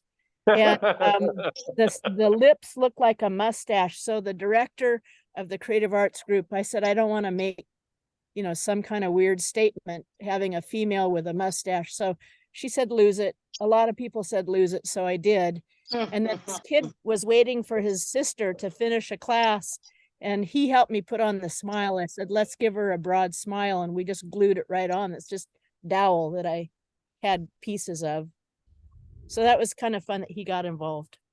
And then she's planted in her head, and her boobs and her feet are planted with succulents. Because we have a garden show that is our main fundraiser every year for the Creative Arts Group. So I was trying to do that. I'm actually getting bit like crazy out here, so I'm gonna say goodbye. I mean, I'm gonna go back inside, but all right. Well, thanks. Talk about this bowl. So stop sharing. I didn't want to talk about this loud enough that my friend would know that I kept it, right? Okay. It has That was amazing, Sarah. Sarah. Surprise. Yeah. Thank you, Sarah. Good. Thank Just you. to the group. Great Well, job. Very nice. Sarah. Excellent. Welcome aboard for sure, Sarah. My God. All right, let's see what Alex has. Oh, Christ. Hiya. Here we go. Well, it's not much, but we had a bit of a challenge a few weeks ago. Unfortunately, I wasn't able to get it done. I'm a carer for my mother, and she's been rather poorly. But we got challenged to make a 3-wing bowl, so I finally got it finished. Oh, Wow. Oh, nice. You can't really see, but obviously it's ebonized black, but it's actually got white embellishment in it. That Looks like we can see the color back on the back side of it better. Very nice, Yeah. Alex. That's pretty. and then I had a play with Hampshire Sheen intrinsic colors. Yes. And it appears I have no idea what the wood is. I mean, it's just firewood. But Not you know, anymore. it's got some lovely grain. And the colouring didn't come out too bad. I'm only a novice at this, so Looks nice. Great job. Very that's nice. it. It's nice and black inside, and it took me 4 attempts to get a 3-wing bowl. I've never tried one before, but we got there in the end. So Nice anyway, job. That's cool. you might notice on the back there, Eddie. I see. It's got a sticker. Yeah. When we came up, I saw it. Thank you. There you go. And there's one that everybody sees because it's stuck on my phone. So Okay. everywhere I go, you All get you get advertised. Good. Okay. Nice, All right. Ta-ra for now. We have those stickers, folks. This is what the project the club undertook, and we have those stickers available for members. If you'd like a strip of 10 of them, they sell to you for $5, mailed to you for $5 for a strip of 10 of those stickers. Let me. I just messed up my whole program. All right. I pushed the button too, Charlie Bundy. These are the we have, and we have them in this week. I mailed out about 300 of them, including 2 nice batches going out to seminars that are happening. But this is Worldwide Woodturner stickers, and we put 10 of these in an envelope for you for $5. Now, if you live outside of the continental United States, lucky dogs, I'll need an extra $1 to mail it to you because I have to pay extra to the government to get them out of here. But that information is all on the front page of our website. And you can pay with PayPal, or you can mail me a check. If you send me a check, make it to my name. Only because this was privately financed because the club doesn't have any money. But we have these stickers. We want to get our name out. Let folks know who we are and what we are, and how you can belong to us and join us like Sarah did just now, and all these other folks that pop in. We're all getting together to talk about wood turning. Now, the stickers are just one part. Now, I don't have one yet because my wife and I cannot agree on the fabric or the shirt to do it to. But we have an agreement with someone to screen print our logo on the front breast, right front breast, and the rear of a shirt, a t-shirt for you. The charge is like $25 to get the shirt screen printed. You mail us the shirt, provide us with an envelope that we can mail it back to you. Those details are all on our website. Now you pick the clothing, yours is what you want. We give you some advice on quality and such, but you get that. But then Bob Grinstead wasn't really happy with that deal. He's particular. He really is. So he embroidered. Now embroidered stickers are really nice, but we can't front to get embroidered. So Bob went out and found somebody, I think he's related to him, that did the embroidery, created the pattern, the whole thing. Then Bob got his done, embroidery, and he gave to our organization the patterns. So if you want to do the embroidery, and you know, once I get a home embroidery system, we've got the 3 different versions, and I understand from my embroidery expert, the lady over there, that those work on the embroidery machine. So if you want that, it's on our website also. Now, did I bother to tell you that the world's greatest website on wood turning happens to belong to this club? To you? Your website, worldwidewoodturners.org? It is the only one like it in the entire world. It's the only place in the entire world that you can find everything you'd ever want to have from 214 meetings all in one place. From the input from over 1,000 members, all in one place. From the input from some of the best professionals in the entire world, one place. All this is free, folks. Free. No money changes hands here. We're all friends. Sitting on a tailgate, sharing stories, and everything else. And if you'd like to join us, be here Wednesday evenings. And it's a few minutes after the top of the hour. Do we have Safety Sue in the house tonight? I don't think she's here. I was just looking for her. Yeah, well, Safety Sue is Camp Florida safety director, volunteer. All these folks volunteered, folks. Everybody here. There's nobody drawing a check yet. Thank you. But we normally do a little. And a little while ago, somebody, I think it was Charlie, was talking about something hit him, or one of the members. And you got to forgive me since I had my problem. My memory is degrading. They talk about something hitting him and hitting the shield. A young man I'm tutoring came to me this week, and he had his Uvex Bionic shield. That's the one I really like, the plastic one. It doesn't flex a lot. It's really nice. He had a shield on, and he was just getting started roughing a piece of cedar. He likes turning cedar because he's got it on his property. And he touched the blade to it, and immediately, right here, it bounced his hood. I mean, boom, right off his hood. And he said he normally wouldn't have put that shield on to start roughing it in. Why? You would have not put the shield on to in? He said, well, you turn the machine on and then you get the stuff. And I said, what way did you change? You folks, safety girl, I got to tell you, sue that, said, before you push the count that's something that we've talked about for a long time. Before you push the on button, count to 5. It's not 5, 4, 3, 2, 1, go. No, is everything set? Is the chuck tight? No.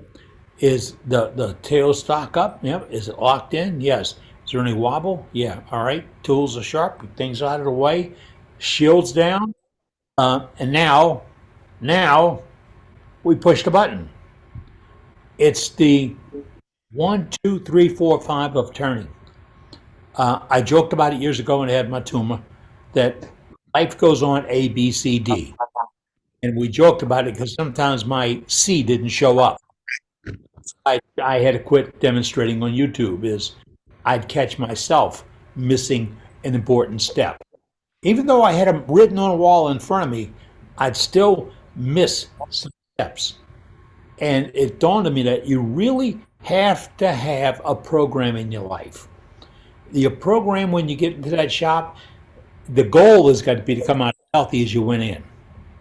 But when you go into the shop, you have to have a program of what you wish to accomplish. And one of those things is, I wish to accomplish this safely. I'm not going to beat this drum forever, but here's the deal. Think about it before you do it. And there is no racing. We don't give out awards for being the fastest. We don't give out awards for it's done the simplest. Anything else, we want you to do it the safest. So before you start, let's count to 5. Before you push that button, just one more time, count to 5. Ed, there's one more. What's that? Does the piece clear the tool rest? Is that why mine's got that squeaky noise? I thought that one way put on my lathe when I turn it on and it does move it. He goes, yeah. I thought that was an alarm of some sort. Isn't that the auto cutter? Pardon? Isn't that the auto cutter? Yeah. That No. new turners. That takes a lot of life out of your lathe. Really, when that belt is put down under that kind of pressure, there's a lot of life on it taken out of that belt. And if you wonder if you have matter, it stretches out a little bit because it's due. If you have vibration matter, sometimes it's not your bearings or your headstock or your tool rest or your tool or your tail rest or anything else. It's how you're driving it. And if you're using a machine belt in it, harmonic vibrations can build up in the belt drive tools to where slight harmonics can build through the shaft. And that can be coming from a burned belt if it's a flat type drive belt. So if you've arced the belt out a few times, and they normally would happen in the same spot for some reason, it will affect the drive, and that will be into it. So pack up a spare belt early on. And if you've ever bought a replacement belt for a lathe or had to buy one, how long does it take to get a replacement? Go ahead, get that clock out. Yeah. How short is your life? And try to find one. And then if you have to call the manufacturer to get one, you know this is on Saturday morning at 8 o'clock. You know they're not going to because it's a holiday weekend. And you know it's not going to be Friday. So, get a spare belt. And when you get it, don't hang it in the shop and get dirty. Put it inside house where no contaminants or anything else. And then you've got it. That was just that one. Not that it would ever have happened to me, but I got to a story. That's stories we hear on worldwidewoodturners.org. Hey, Eddie. Gary in Oklahoma would like to add a safety tip. We're all for it, Gary. Okay. Earlier, I was doing the show and tell, and I talked about this one. It was a bowl blank that, was the standard height on the bowl, and I was turning the sides, and I was down at the end of the lathe because I was trying to work down inside of it. And I was thinking, okay, I'm starting to get thin. I do not want to stand in the line of fire. So just as a reminder to people, if you can, don't, okay. Where did we go? I don't know where we went. Anyway, I've got a point.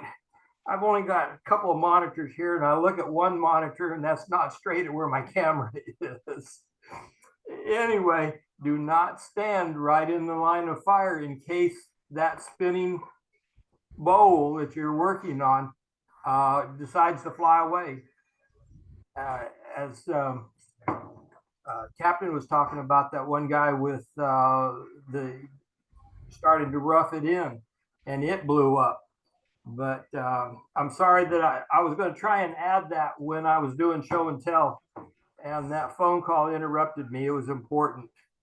My wife had locked herself out with the car running at her sister's house. You get the keys and come. Oh, goodness. She had to take her sister to a doctor and had to help her out of the car back at her house. And the car was running, and they closed the doors, and oh my goodness, the doors were locked. Oh. Anyway, but yeah, it's important that we try and remember.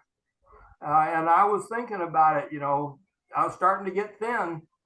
I better make sure that I don't get into the line of fire. Well, I'll tell you, you don't have to be in the line of fire to get hit. Oh, you don't? Yeah, but that's why you wear a shield too, hopefully. Hopefully that'll take care of it. Yeah. When you're not in the line of fire even. All right. Well, thank you, sir. We appreciate that little update and the little idea, Gary. Yeah. It's something to think about, folks. You prepare for it, you're ready. Mm-hmm. Thank you, Gary. This is a reminder. Captain, are we ready for the demo tonight? I guess we are. We're going to go. All right. Pop me up here, please, if you could, because I think something on my screen. So I don't want to restart my program. We'll go back to gallery again tonight in a few minutes, and we'll look at what you remember. Our deal, nobody guaranteed. We want to see what you turn. Want to get your ideas. Want to pick at your brain a little bit, and it works here. That's what we do here, and we always come up with little tidbits. Every single meeting, this is number 214, every single meeting, something pops in that you go, why didn't I think of that? And if that happens to you 4 or 5 times a minute, like it does to me, you got to think. But we want you to think about these things you see. And if it triggers something, if you say, oh, I got something about that. I got something about that. Oh, I got something better than that. Save it. For 11, 22, 23, in 3 weeks, we'll be looking for those tricks and ideas. And it can be the simplest thing, but it can be those simple little things that save time, money, aggravation. You know how it is. Makes life a little bit easier. Who's up for demonstration tonight, Brenda? All right. Tonight we have Scott Hampton. Oh, no. In California. Yes. In California. Yeah. Before we go to Scott, I'm going to say, I have 2 more people on the list for gallery. We'll get to them after the demo. And if you have anything to add to that, There we go. put it in the chat.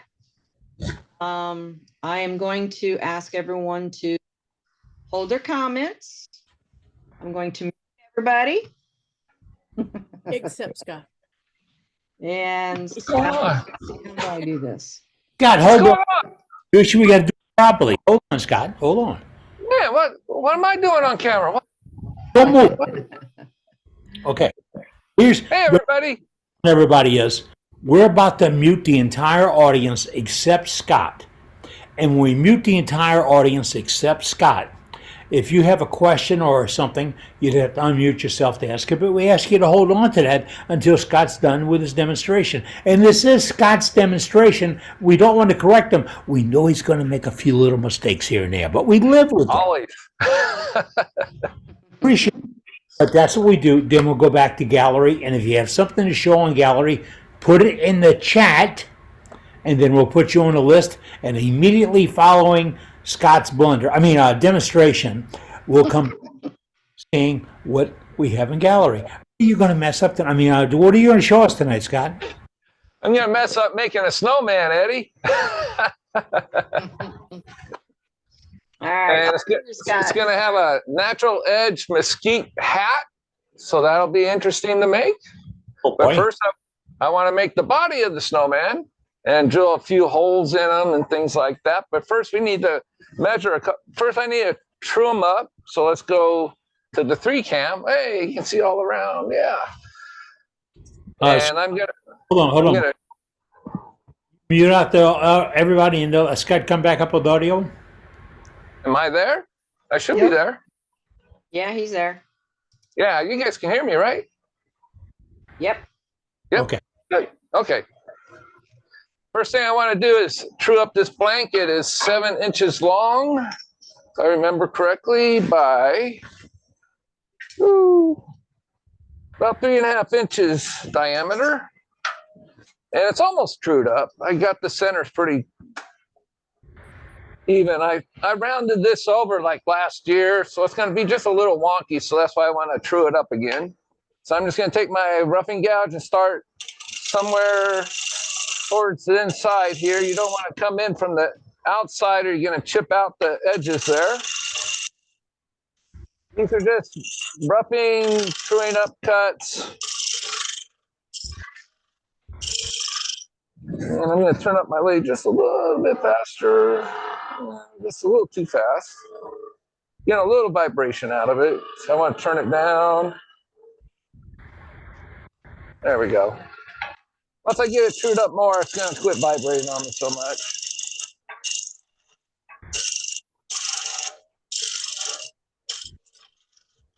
The whole reason for truing up is just to get everything balanced.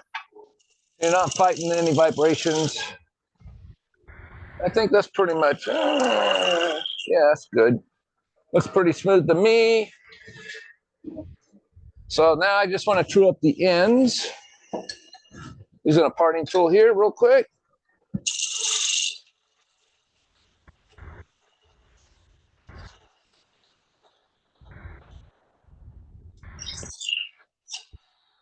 And it's got a little knot module on the top there, and that's all right. Same thing's going to happen on the bottom. We'll get rid of those in a little while.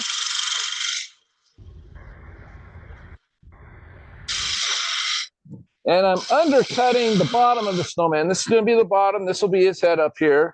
I'm slightly undercutting it. So when he's sitting on a table, he'll just be sitting on the outside rim and he won't be rocking and rolling on a flat surface if the wood moves. Except that's what you hope for anyway. There we go. So now what we want to do is we want to mark, where did I put my ruler? There it is, pencil. So I usually generally for a 7-inch, I'll do about 120 millimeters or about 4 3/4. See if that's big enough. Doesn't look like it to me on this one. It's a little small, so I'm going to go down to 4.5 inches. Yeah, that looks better. We're just going to mark where the head and the body are going to meet right there. A lot of this is pretty basic spindle work. You can, I use a roughing gouge for most of it, a large one and a small one, plus a detailed gouge when I want to get down in there where the head joins the body.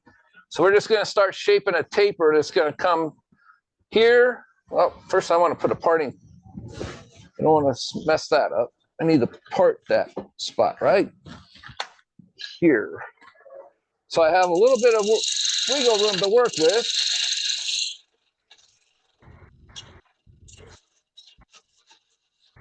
I'm not running the tool bevels into each other when I get to the head and the body. So I'm just going to start creating a taper towards the headstock using my large spindle roughing gouge. And I'm using this part of the tool right about here. It's not open like this. This creates sort of like a shearing action, almost like a skew chisel would.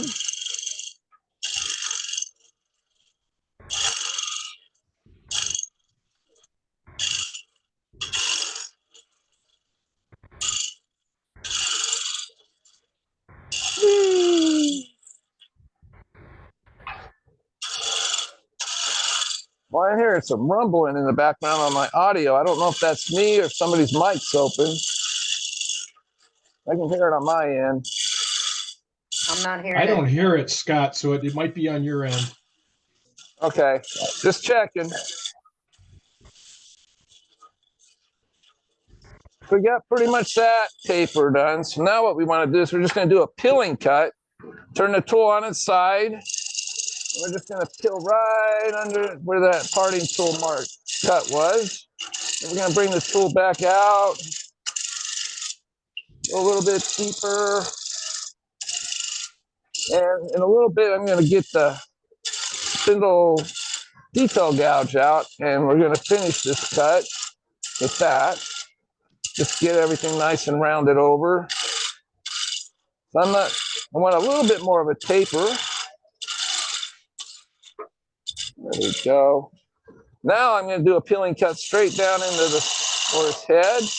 You need to take a lot of this wood away. This head's going to be a little bit smaller than the body.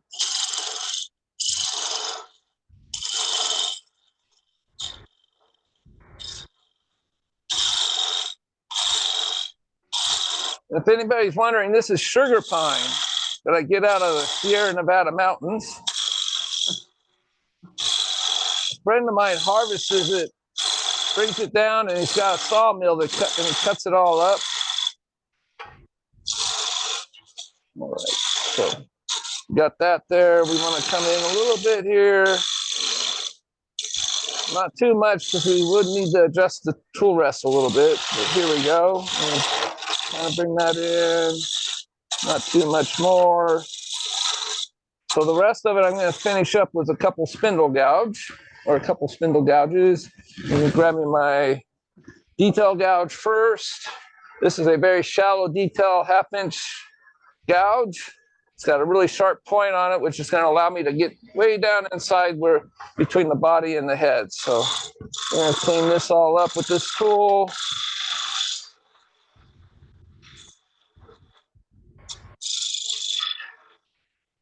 And we're going to come in here and do the same thing. Basically, kind of forming 2 large beads here.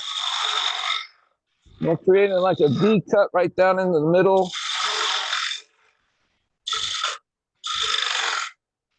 And then we're going to grab me another 1/2 inch regular spindle gouge to clean the rest of the head and the body up here. All right, so this is one of my favorite spindle gouges here.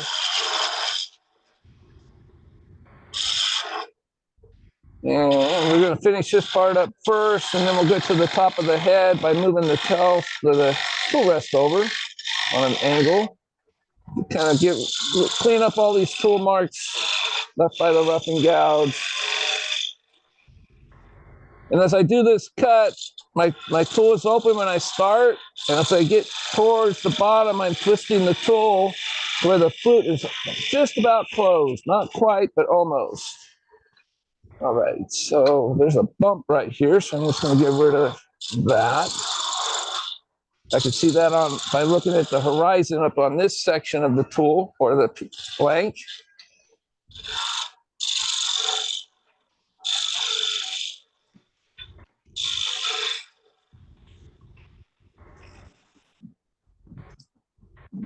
That's going to be just a little bit. I'm going to come back and do some scraping cuts just to clean up all those tool marks.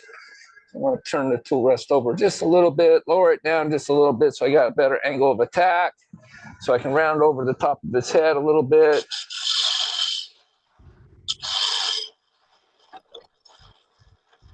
Same thing. I start with the flute open, just like this. And as I go towards the live tell center there, I'm closing the flute. It's like that. And I just want to continue rounding this all over so we get a nice round head.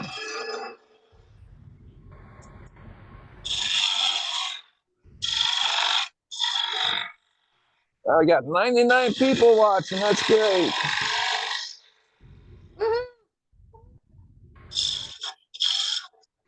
All right, so I'm just going to close my flute a bit here.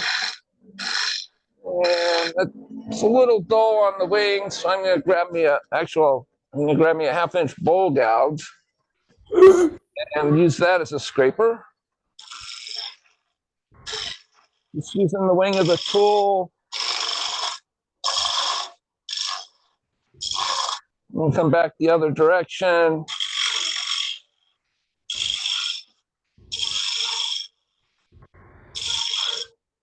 Get rid of most of the humps and bumps, and because this is soft wood, 180 sandpaper will smooth all of this out really, really fast. And what's special about the sugar pine is it's not full of those resins that you'll find in a lot of other types of pine wood, especially construction type, that's Douglas fir and that kind of wood there. You find at hardware stores.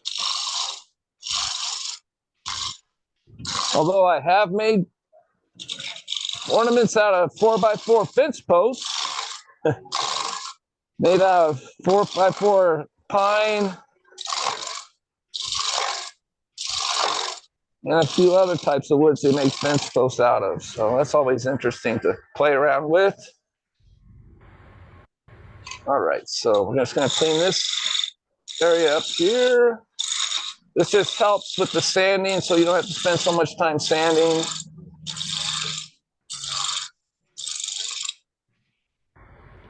And I'm just going to come back in one more time with my detail gouge. Just kind of clean this area up right here where the head meets the body. Get that down right in there. Same thing here. It's hard for a regular spindle gouge or a bowl gouge to get down underneath. That's why I got a 40 bevel grind on it there. Right, you can see how far back that goes. I do freehand this one. You can see some of the facets in there. It's kind of hard to get the 40 with the Wolverine jig. It's kind of, you have to raise the tool way up on the wheel, and it kind of scares me a little bit. So I like to freehand this one tool.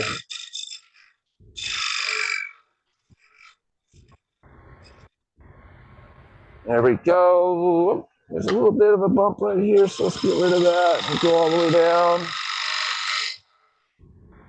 So I'm just looking and seeing, and a little bit of a valley right there. Want to get rid of that. So let me grab the sandpaper here.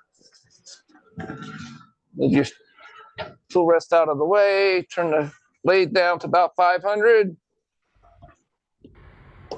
I have to rebuild my headstock pretty soon. I've ordered the parts. My speed controller doesn't work, and I think I've bit my spindle just a little bit. Not so much where it's going to cause any real problems after you chew some pieces up, but the threads on it too are just getting kind of worn down too from years of 15 years of taking chucks and other things off of that, on and off of the spindle. So it just wore out.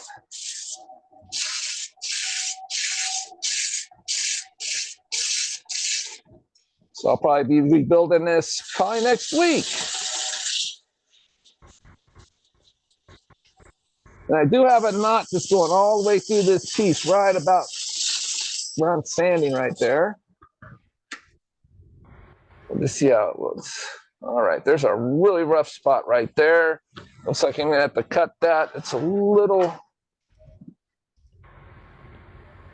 too much for me to try to sand out. So I'm gonna grab my spindle gouge again. It's right about here. A little bit too deep. Sometimes this wood does tear out just a little bit.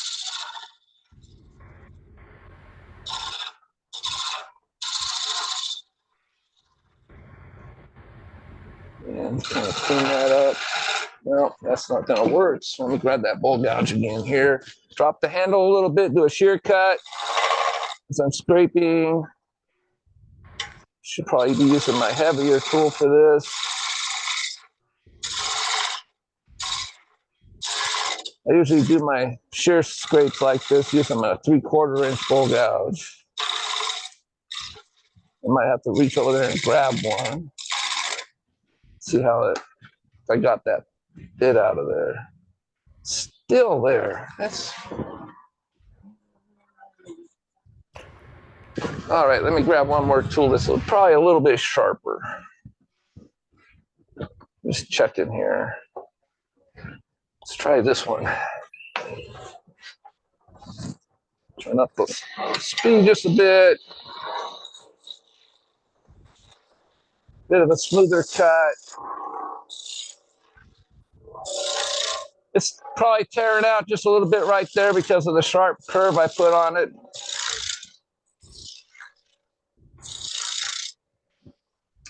See how that came out. All right, that's not so bad. I can probably sand that out real quick.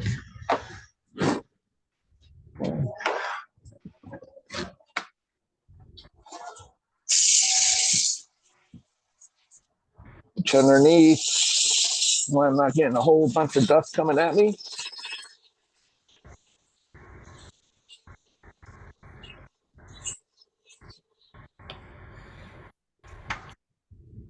That's my mic. It's rubbing against my body or my shirt there. All right, so I need to sand just a little bit more on the bottom. That took care of that tear out. Needs a little more sanding right here on the bottom.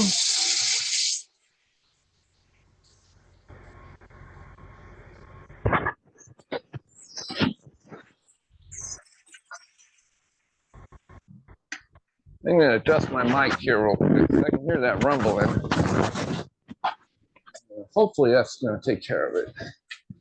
I can hear it on my end, and I'm recording this to my computer, and I'd hate to have I have to go in and adjust the sound, get rid of that little extra noise. All right, there we go. We've got a body done right there. So we can kind of look at it, make sure we got all the tear out. Maybe a little bit more right there on the head. Take tear out. But while it's still in the lathe, we're going to do a little bit of drilling. For his arms, we got a corncob pipe. And his nose. Let's see here. Which one is going to be the first thing I need to drill? That's for the top, I believe. It's going to be for the. Gonna grab me one of those parts here. Make sure I've got the right one for what I need. All right, this is going to be for his pipe. So I'm just going to get rid of my tool rest altogether. Slide it out of the way so you're not fighting around it there. So you want to figure out what side looks better for the hole, for his face. It's got some cracking here, so I'm just going to put that in the back. That could actually make like a nice little button feature on his face. So this is where his nose is going to go, right about there. So we're going to put a little bit of a pipe in here. So we're going to drill this hole out. Let's see. I can probably, it's a little bit too big of a drill bit I got. Let me find a smaller drill bit. Got that one over here on the workbench. I don't want to go too crazy with the hole. That one will work better.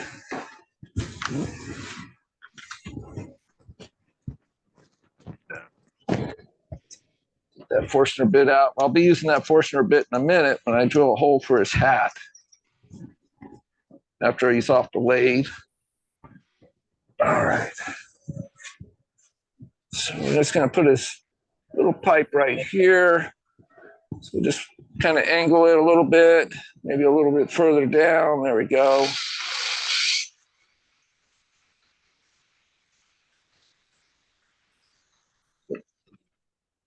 My grandson was the last one to use my drill, so kind of going backwards. And we're just going to check the fit. There's this little pipe. It's going to go in. It's a little bit too big for him, but it'll still look cute nonetheless. All right. So I'm going to make sure I got the right drill bit for his arms. What arm? Where's my other one? Oh. It's probably right off the table. Well, this one will work. Check the fit with this one. I'll just grab another one in a minute. Let's see if this drill bit's gonna work for it. Yep. All right. So we just want to kind of angle his arms outward and maybe towards the front a little bit. So I'm going to put where his nose up, straight up, and then decide where I want his arms to go.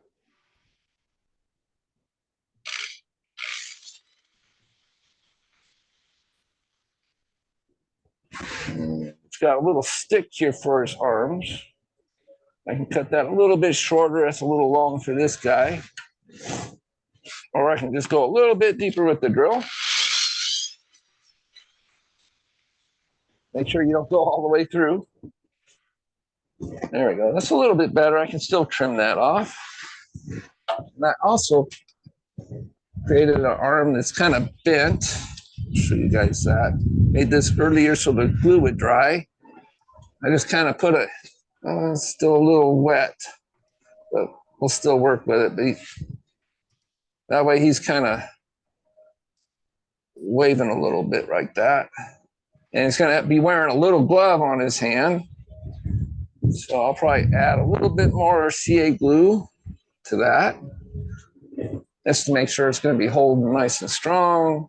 So I want to come back with that same drill and come back to the other side, turn the nose upside down, do the same thing. But you want to angle up a little bit. Where's the other arm?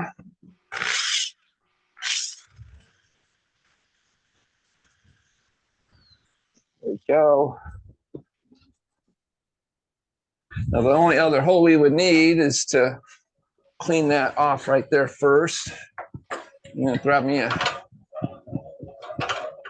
little bit. I'll sand all that off when I'm sanding the hat. And I'll put this sander right in here and I'll just kind of round that all over and clean that up and then drill the hole for the hat. All right, so let me grab this is gonna be for his, let me get the overhead there. That's a little bit better. It's going to be the piece for his hat. It's a piece of mesquite. And I'm going to do my best to keep mark on the edge there where the rim is. And it's a really nice dark wood on the inside. So it's going to be a nice little hat. And I'm going to drill a hole to where it just sits to the side, just a little bit on an angle there. So let me mount this piece up. Which side? Which side? Oh, We do need to create a tenon on this, so I can put it in the chuck. That way we can carve out the underside of the rim so it'll fit around that round curve of this hat. So we're just gonna decide which one's gonna look better for the rim. This one's got a kind of a gouge on it, but that might add a little bit of character to it. So let's just kind of eyeball this, get it between centers. And let's see how true we've got it turning here. It's not too bad, actually. It is out of shape just a little bit, so I'm just going to drop this end down. Yeah, that's running pretty good true. So true enough. You can't go by the pith in these branches because the pith is never actually in the middle on a branch most of the time from one end to the other. They're always a little off. Okay. First thing I want to do is create a tenon on the top here. I'm going to grab me a tool rest.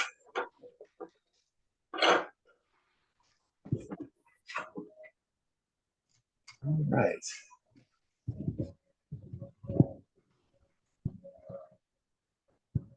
I'm just going to grab me a parting tool or my small, well, where's my small? There it is. This is my small roughing gouge. I'm just going to do a peeling cut down this way just to take away that bark. Then I'll grab my parting tool and create a tenon.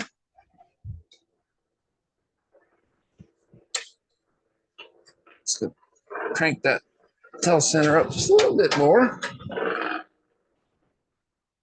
There we go. It's not vibrating so much anymore. So we just want to clean this up. Do a tilling cut till we get the solid wood. All this wood's going to come off anyway, except about 1/2 inch to 3/8 for the rim. We're just going to work our way down, take a lot of this bark away.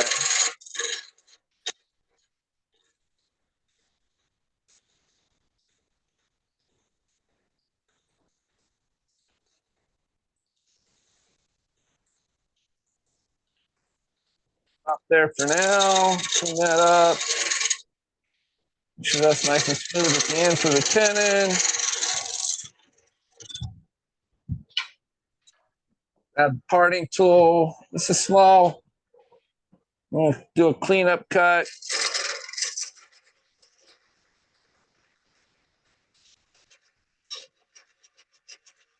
And the way I turn this on the inside here, I'll be able to reverse that and use the chuck again just to hold it and be able to clean off the top of the hat. So I'll save a little bit of extra time.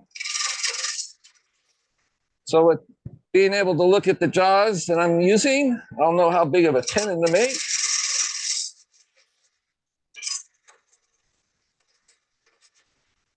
And these jaws are not dovetailed. They're talon, straight talon serrated jaws.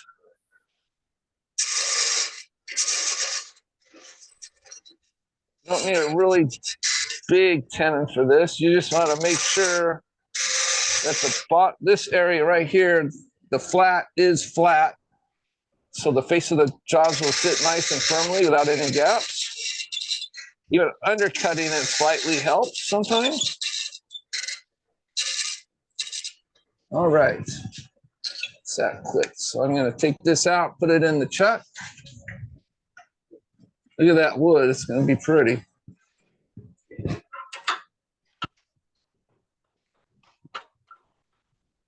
So I can back my tailstock up just a little bit. Add this in. I'll probably bring my tailstock up just a little bit just for added support until I don't need it actually anymore. Blow all the dust out of the serrations of the jaw there. So this will run true.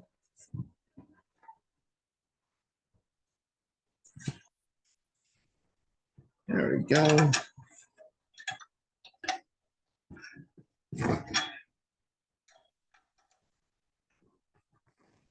All right. So we're just going to do a little bit of shaping here before we get to the hollowing of the end.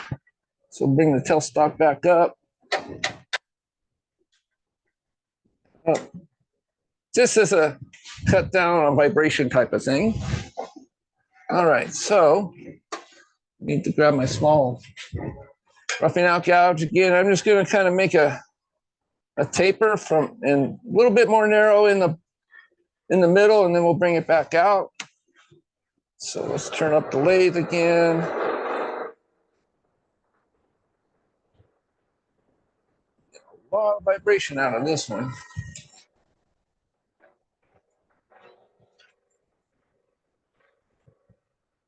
I'm gonna check something real quick. Yes.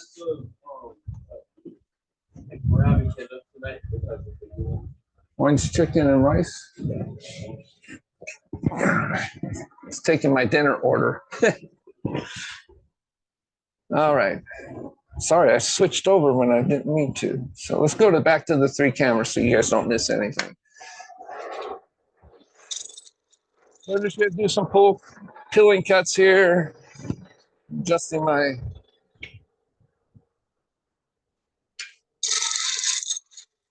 camera switcher. It's on my headstock from vibrating around.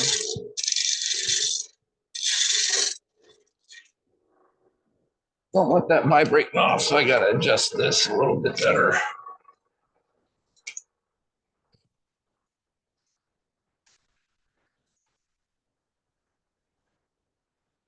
Ooh, it's vibrating everywhere. Let's see if I can fix this.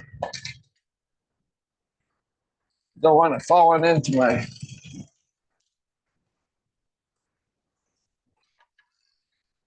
lathe, so I'm gonna swipe this around. Just moving the cord of my Elgato Stream Deck. So hopefully it'll hold a little bit better. There we go. All right, it's not going anywhere now. So we're just going to take the smaller roughing gouge and we're going to start creating a taper down.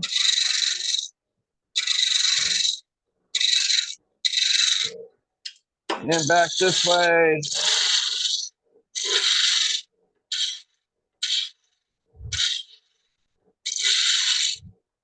You don't want to go too crazy with the shape of it.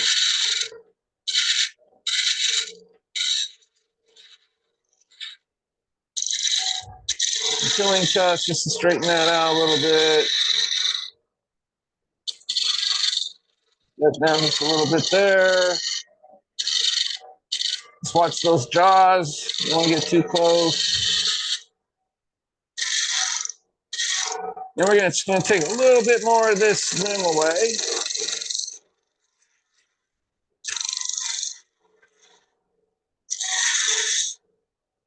And I'm going to create where the hat band will be. So I'm going to cut that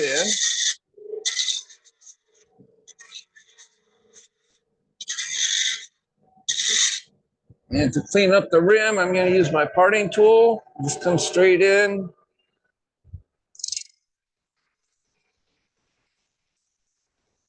Get that hat band nice and flat.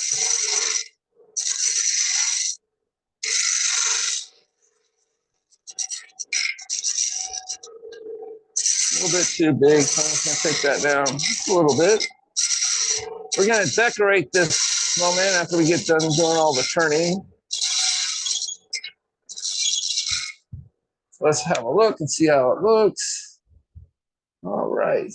That weathered look, it's really nice. We got that little bit of a gouge out of it, but we'll probably be using this part for the front of the hat. This can go towards the back. It's got a nice figure right there. So this will definitely be the front of the hat right there. So we'll hide this in the back a little bit. All right, so I'm just going to check to make sure it's still nice and snug inside my chuck here. So I'm going to give it another crank. I'm going to remove the tailstock.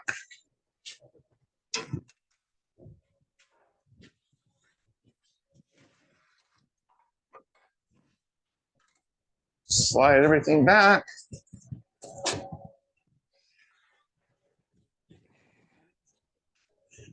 While it sits still in this position, I can do a little bit of sanding. I'll turn down the lathe a little bit. There we go. This is 180 sandpaper, just like I used on the body. This is supposed to have a rustic look, so I'm not going to do any really fine sanding at all. 180 is usually what I only use.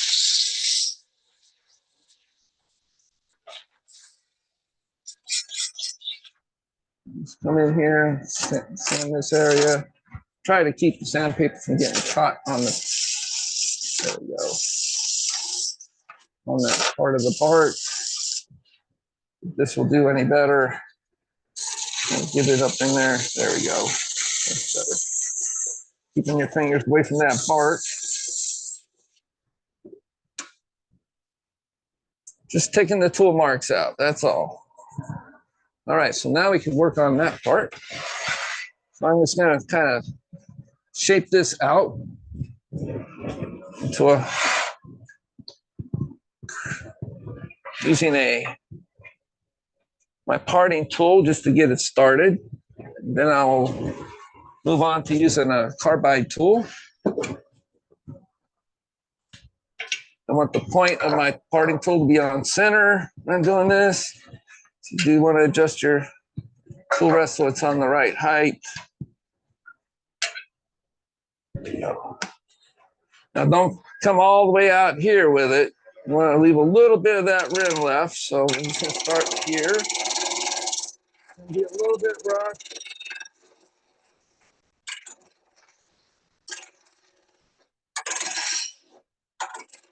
That's why I wanted to start it with my parting tool. It's easier to start it with this than the carbide tool.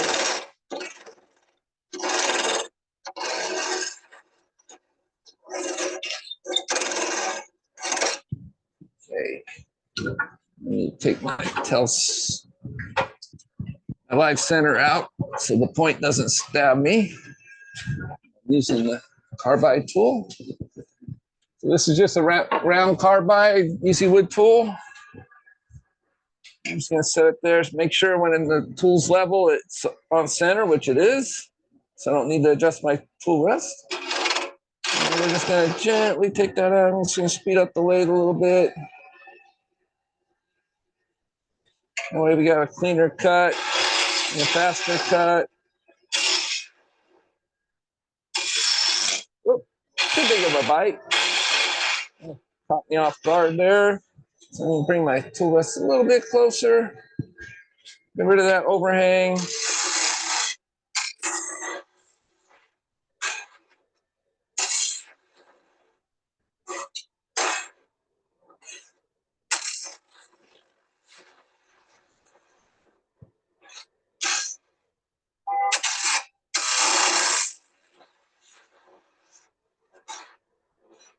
We're just stitching this out so it'll fit flat on the top of the snowman's head.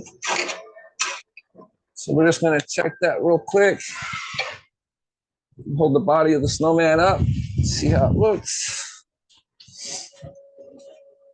See if it's deep enough.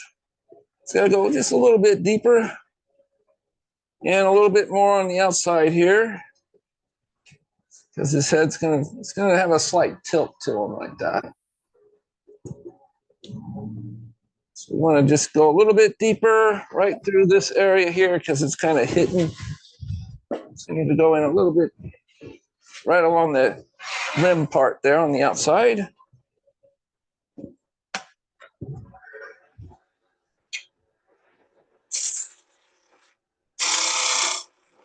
Take that down. There we go. That's probably gonna be better. Take the dish it out a little bit deeper.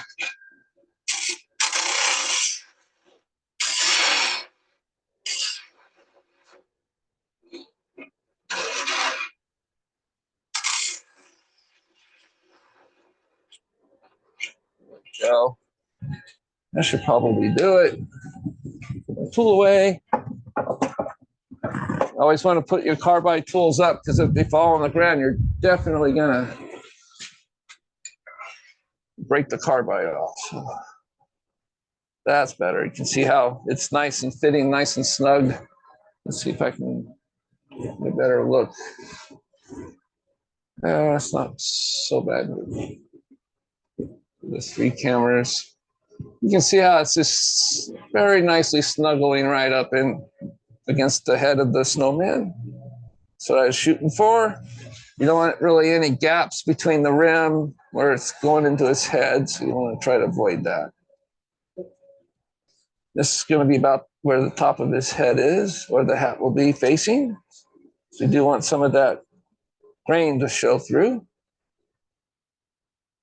So I'm just rolling it around a little bit just to check. Yep, looks good. Next step is to drill a hole right there. And that's so we can put a dowel in that part so we can join the 2 pieces together. I'm looking for my parting tool. So I'm just going to create a small divot. Let's see here. Let's go to that one. Just going to put a small divot right there, just so the drill bit has a place to start. Just gently go in, touch the center there. Doesn't have to be a big divot, it's just so with the point of the drill bit can find center.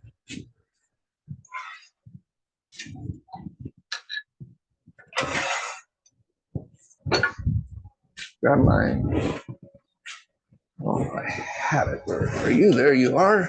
My drill chuck key, my Jacob's chuck. Make sure I get the right drill bit for the size of dowel I'm going to be using. So this one's too small. Where did my bigger one go?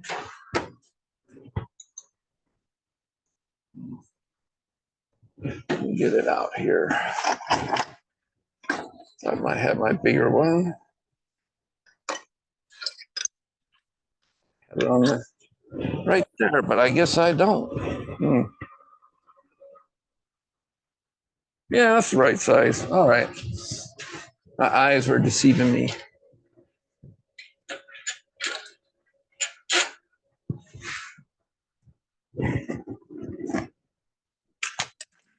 Tighten that down.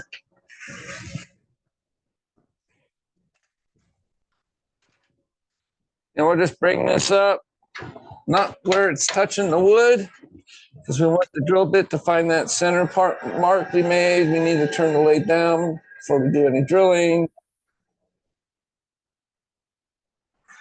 And let's see how far I need to go in.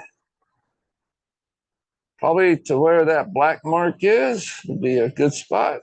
The end of that black mark is how deep I want to go.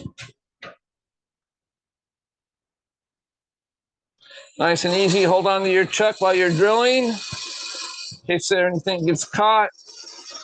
You don't want anything to come out and bite you. Have your chuck come out of the tailstock. Start flailing around while it's spinning on the lathe, but the drill bit's still in the piece of wood. Just cranking that back. I'm going to double check the size of the hole before I go any further. Should fit right in there. Just almost. Gotta go just a little bit bigger. Gotta find me just a slightly bigger drill bit. Thought I had one out. Here.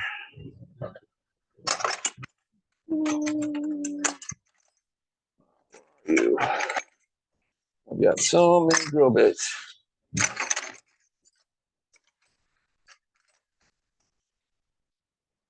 This will do the trick. So let's take that one out. Put this other one in.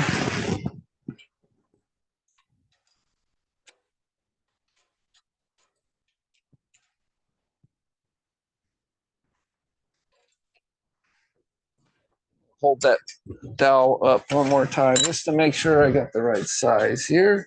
I'm just eyeballing it. And it looks like the right size. Enlarge this hole a little bit bigger. Same procedure, just nice and slow and easy pace.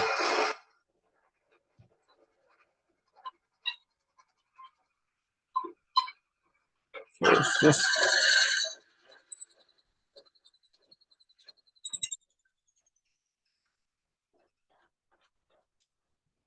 right.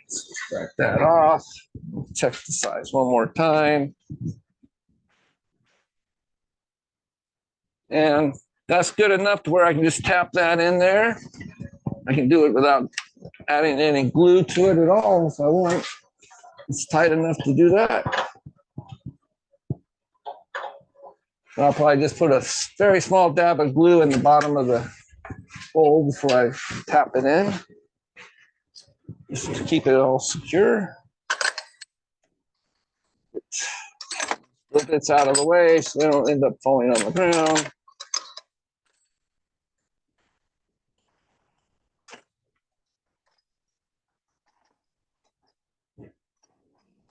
Keep that one a little bit out so I can use it for the top of the snowman's head once we sand that down. So that's pretty good. So now what we want to do is I need to create a shelf right here where that's rounded over.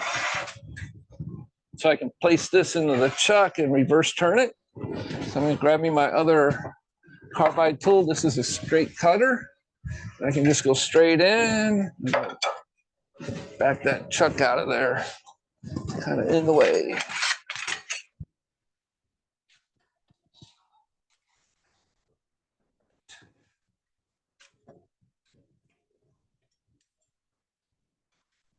Sure, it's going to be on center there. We're just going to come in and make a shelf right there.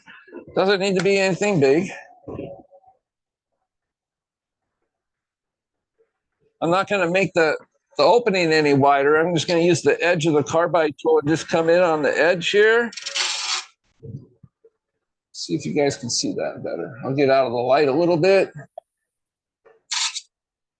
I'm just bringing it towards me, make a flat area.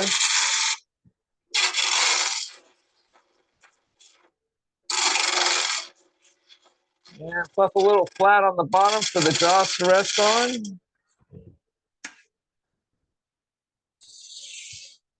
Just like that. We've lost a little bit of that bark, but I'm not worried about that.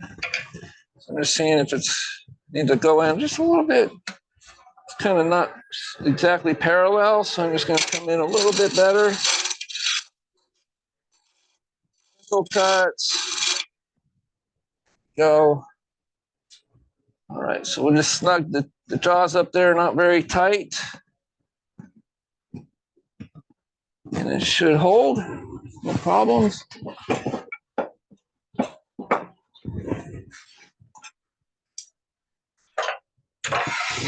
you have any questions, please let me know. Everybody's being so quiet. So there we go. I heard something real quick. No? I'm just snugging this up. I started to talk and then I realized okay, I that's answered my fine. own question. Just snug it up. You don't want to crack the wood. It's kind of thin right in that area. So this is just to get rid of this tenon we created earlier. Move this dowel back over to the table where we'll be working in a little bit. Now, almost done with the turning. We just got to do this one part and then we can start adding decorations to the piece.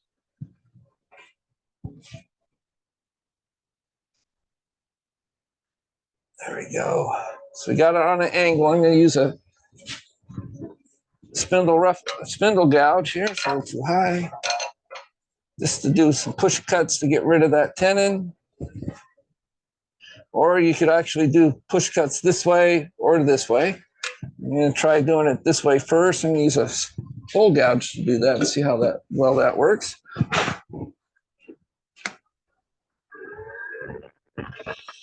This nice, easy cuts. You don't want to overdo it. There isn't a whole lot holding that on. It's easy cuts.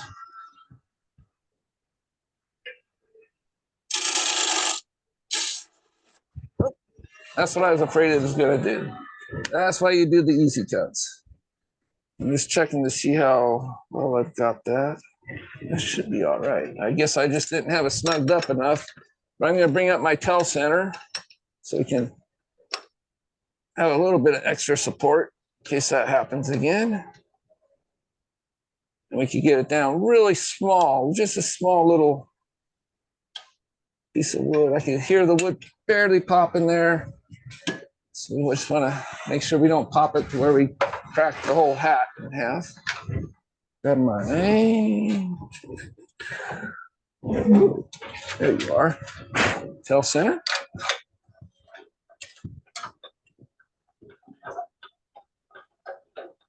All right, just bring that up. There's just on the outside of touching, and bring that point up. Bring that up just to snug it up. It doesn't, you don't need to crank it down or anything. It's just a little extra added support. Bring the tool rest right up in there. Grab that bowl gouge one more time.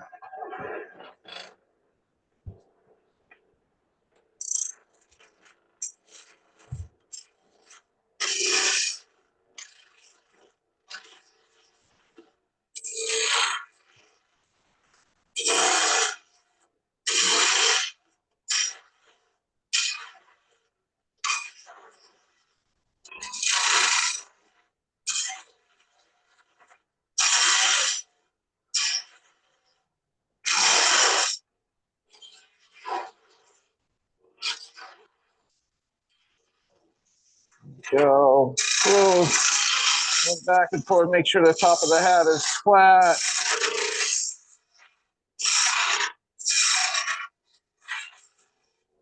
You can make it a little undercut if you like, or concave.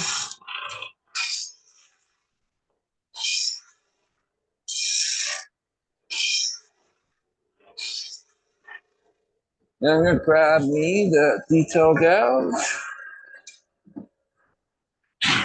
Just going to come in here and I'm going to peel this away.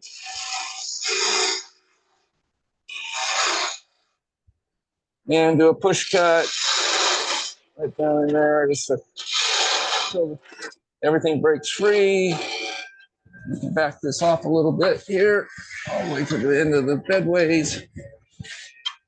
And just do a push cut.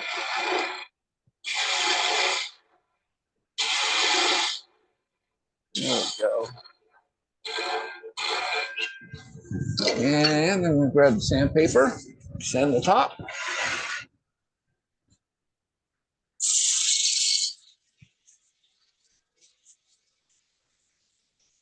And use the sandpaper along the edge just to ease that corner over.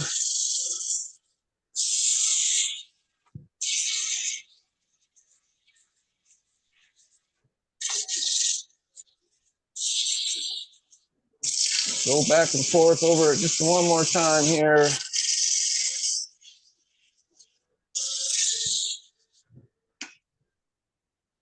See how it looks there. Nice and smooth. It's got a few weathering cracks there, but that's fine. I kind of like that. Before I take it off the lathe, I'm going to give it a spray. I'm going to turn off my fan over here real quick so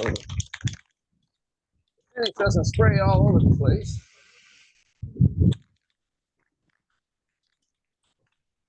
This is this Krylon. It's satin crystal clear acrylic. This is just going to bring all that grain out of the hat here. So check make sure it's running clear when we spray it. And just kind of back off the can. You don't want to be up close.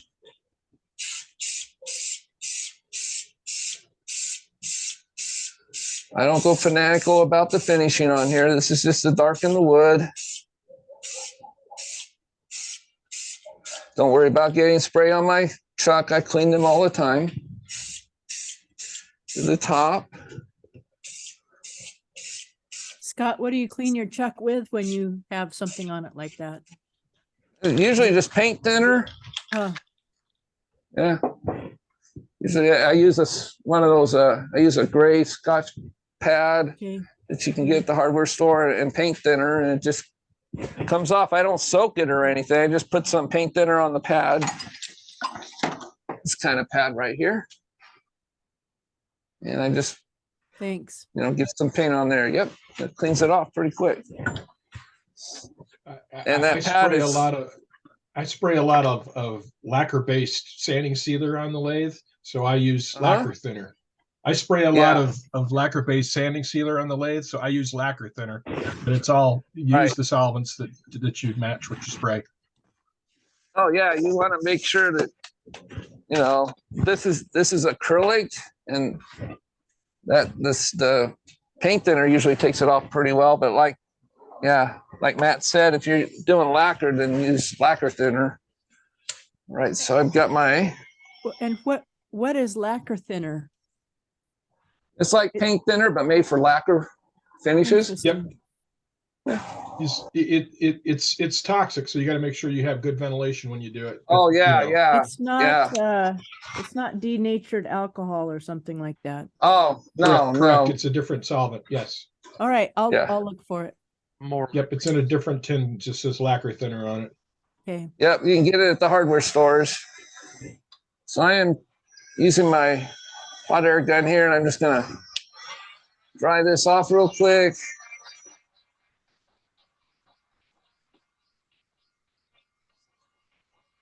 So I don't get fingerprints all over it when I take it off the lathe. Otherwise, I'd be wearing latex gloves and I would just grab it right here and put it over on the side and let it dry. But I want to get this all assembled tonight for you. So that's why I'm drying it this way.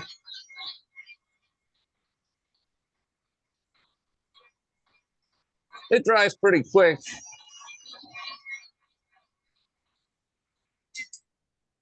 So I'm just gonna see if it's tacky anywhere. A little bit right there. That's where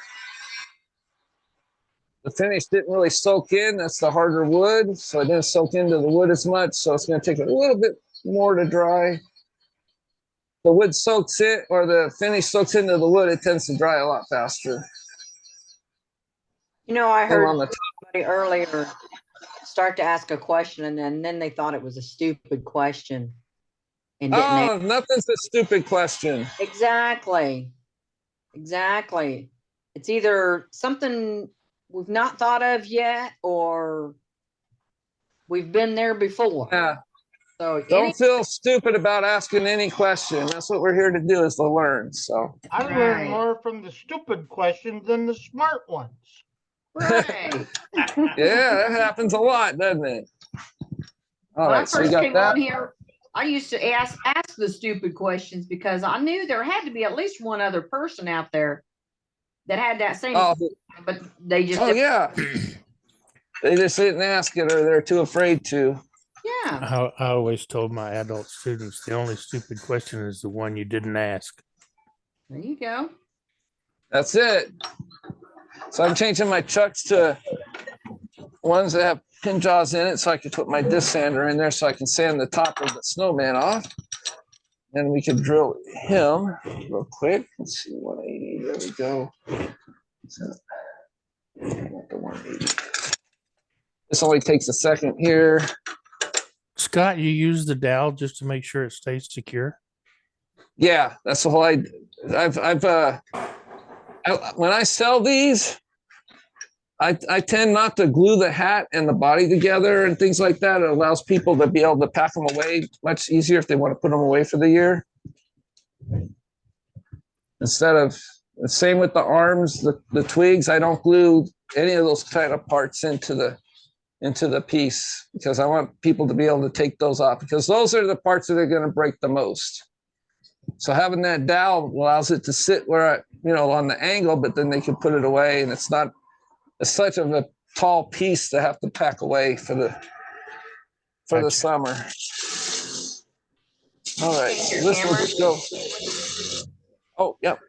Let's go overhead. There we go. Now there's something I've not thought about right there. Oh? Yeah. You don't even have to use a mandrel like this. You could just take a scrap piece of wood and put a tenon on it and glue some sandpaper to it and stick it in your chuck. Oh, sure. Oh, yeah. I usually use my belt sander for this.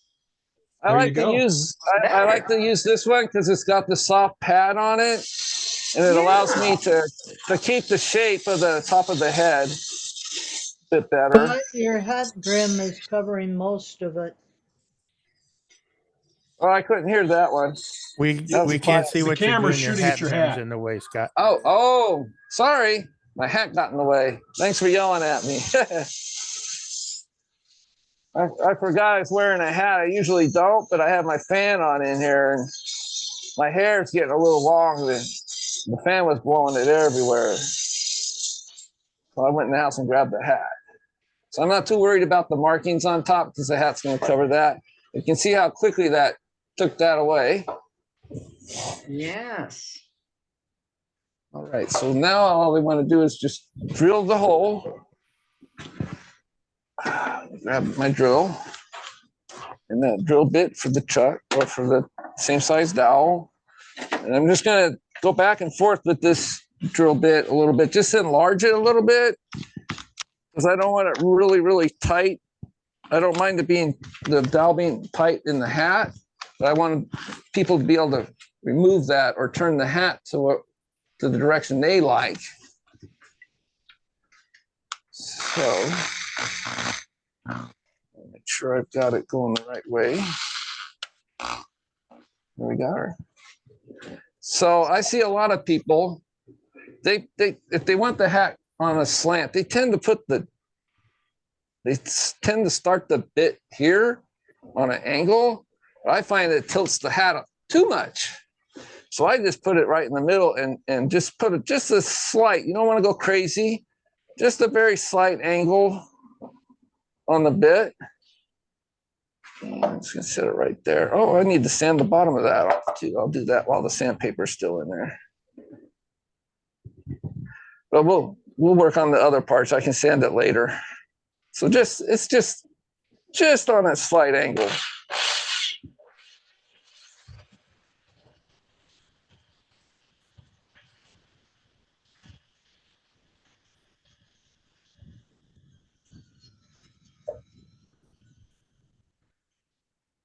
Oh, drill bit came out. That was weird. That happens to me. Yeah, this one has flats on it, so I probably didn't have it in there quite right. There we go. That's better. So I just want to go a little bit deeper.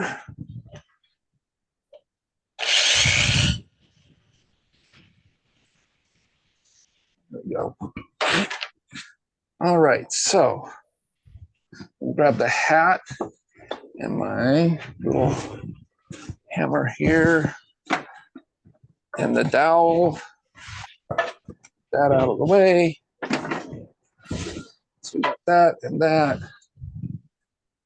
I'm going to tap the dowel into the hat. It's good and snug to where I'm not, well, maybe I'll just put just a dab of glue in this. And for these, I like to use this type of glue, Titebond Quick and Thick. It sets up really, well, it says, 2 times faster than the normal glue. So that's what I shoot for. All right, so I'm just going to set that in here first. Maybe I need to increase the size of that a little bit more. So I'm just going to go open it up with the same drill bit I used a second ago. And just make sure I got the angle right. And I'm just going to kind of open that up by get around in that hole a little bit. I'm not too worried about if it's too loose in that part. There we go. It's slid right in and out. And now I just want to make sure it's going to go the hat's going to go all the way in there. Make sure that hole in the hat's deep enough. It looks like it. If it's not, we can just adjust the depth of that hole. So I'm just going to put this just a little bit, just a tiny bit in the bottom here. Just as a security measure. I'll take my rawhide mallet, just tap it till it stops. Go. And this should hole needs to go a little bit more. How do I got that? Yeah, hole needs to go a little bit deeper. And it's not the right angle I was shooting for. Darn. Well, it's tilting towards the front, but that's all right. I've seen that done before. So he's got his hat. It's kind of, let me go to my face here. You can see it's kind of tilting a little too much, actually. I didn't quite drill it right. So I'm going to go just a little, it's hitting right there. So let's see if I can adjust this a little bit better and see where I can get it to look a little bit better. I am going to drill a different hole real quick. I'm going to go to, I don't know if I can do that. Darn it. I can work on that at another time. I'm kind of running short on time, so I can fix that hole. I'll fill it in with another dowel, and then I'll re-drill again at a later time. So let me adjust the camera here so you guys can see what's going on my workbench. There we go. Getting everything set up on my workbench here. Make sure my camera's good and tight so it's not wandering around.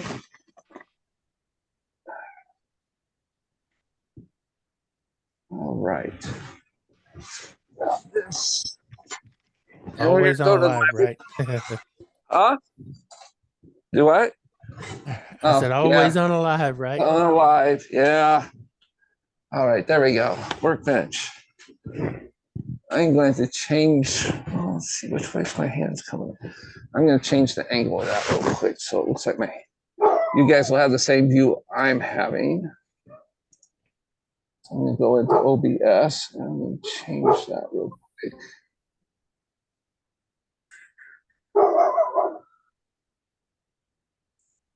There we go. That looks right. Let's see. Yep. You guys can see it. At your house? Huh? That dog barking, is that at your house? Yeah, that's my house. Okay. All right, so we got this guy right here. I'm just making sure you guys can see that all right, right? Yeah? Okay. Yep.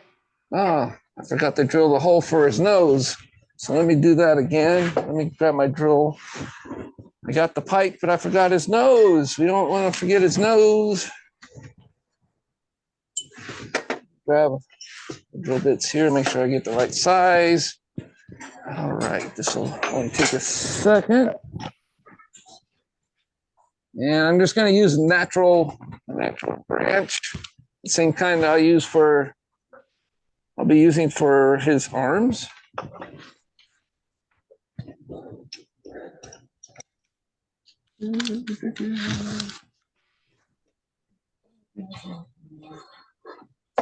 So I just want to drill straight in right here, right in that spot on his.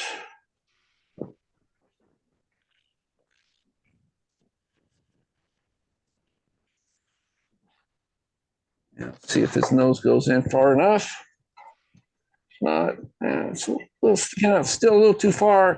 I'm just going to go a little bit deeper into the skull here. Digging for brains?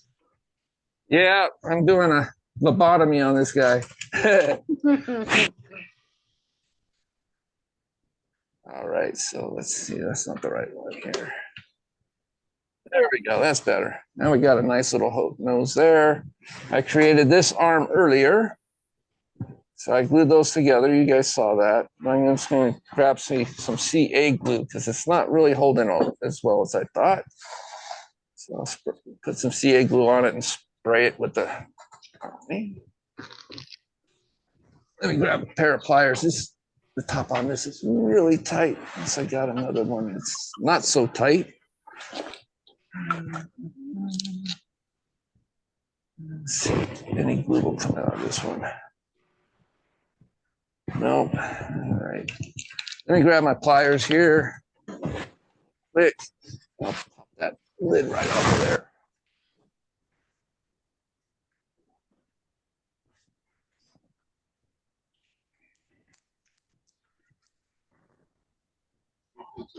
Okay. All right, so I'm just working that off. Should loosen up here in a second. There, because it's coming off. Come on. So tight. Ah, there goes everything. Hey, And I'm gonna- Sarah, There we go. Sarah's getting ready to log out. I just wanted to make sure she saves the chat before she leaves. Oh, yeah. All right, that'll work. And I got glue on my finger. That's never fun with CA glue.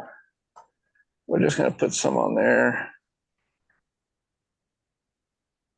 And spray some of the quick set.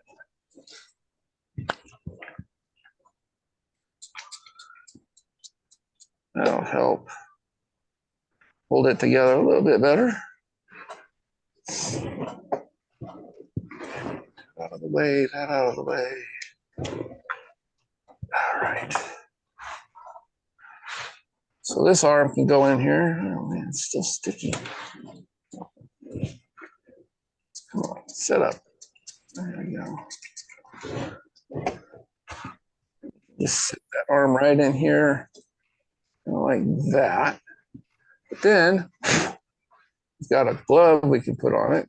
I'll glue these on later. I'll just show you guys. But little mittens like that. I got two of them. I go to Hobby Lobby and they have these little kits that comes with a hat and a scarf and mittens and stuff that you can buy. It's all one little package, which is pretty cool. But right now, I want to glue some buttons on here, so I'm looking for my glue. There you are. Let's see here. So I just use, oh man, my buttons went flying just a minute ago. Huh? Oh, I got more right here. Let me grab these.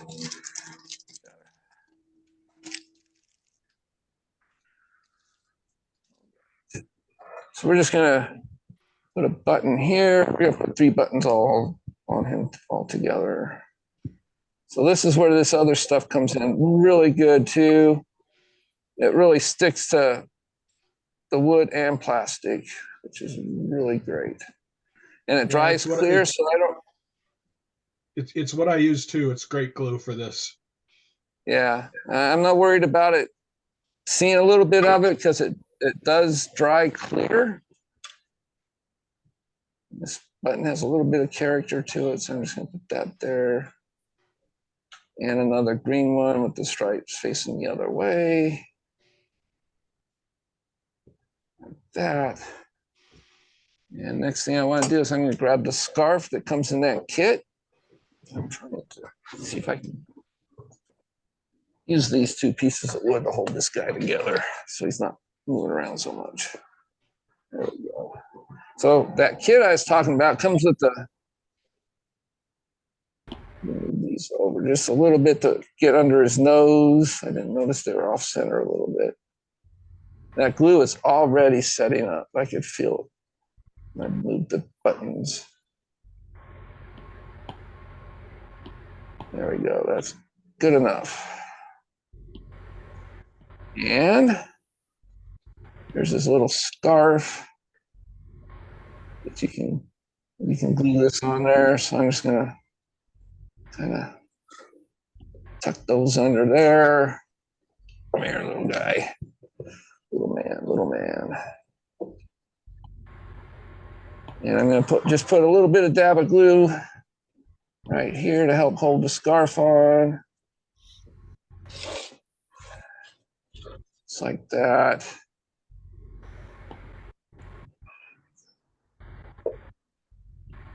I'm glad this glue dries clear, so it's going to be practically invisible when this is done. Now I like to put googly eyes on these guys. So I got googly eyes here. The thing with googly eyes, you got to make sure you put some what's called teeth on the bottom because they're so smooth. The glue won't stick. So you got to take it and rub sandpaper on the bottom or put a piece of sandpaper on your workbench and just kind of rub it around a little bit just to give the bottom of these eyes a little bit of teeth for the glue to hold on to. All right.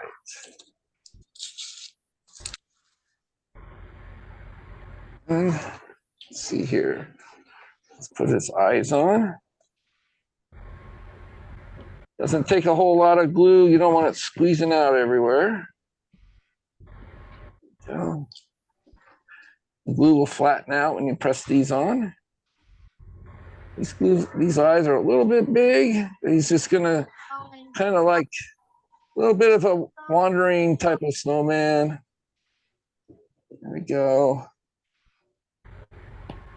We'll put his, where did I do this little corn cob pipe?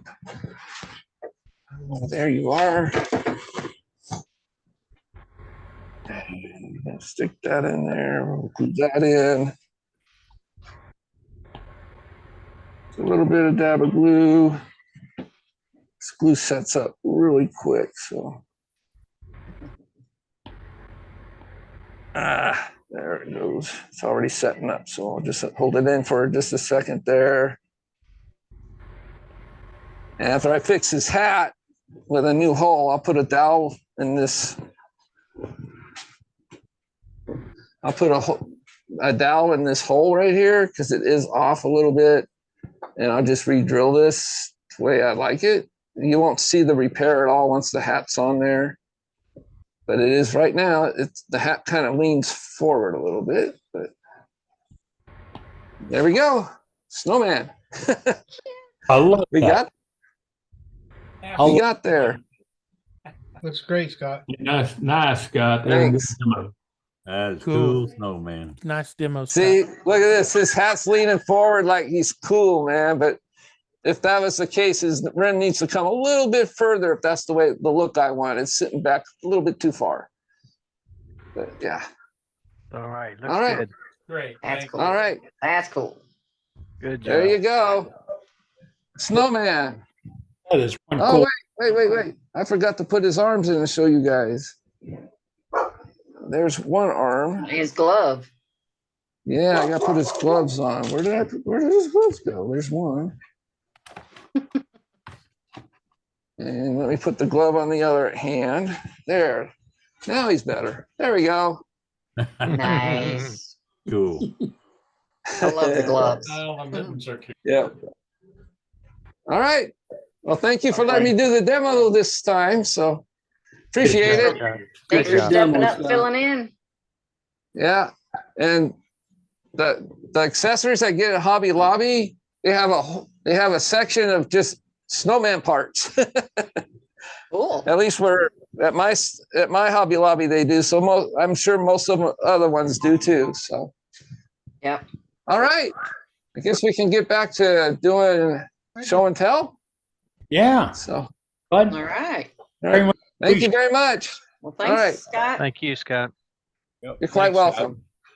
All right. Bye-bye. Well, No, I'm not going anywhere. I'm just going to go in, grab my dinner, and come right back out. So okay. I'll be right back. Well, Scott does do IRDs, and we advertise them on our chat panel. And if you have something like that coming up, chat is the place to go.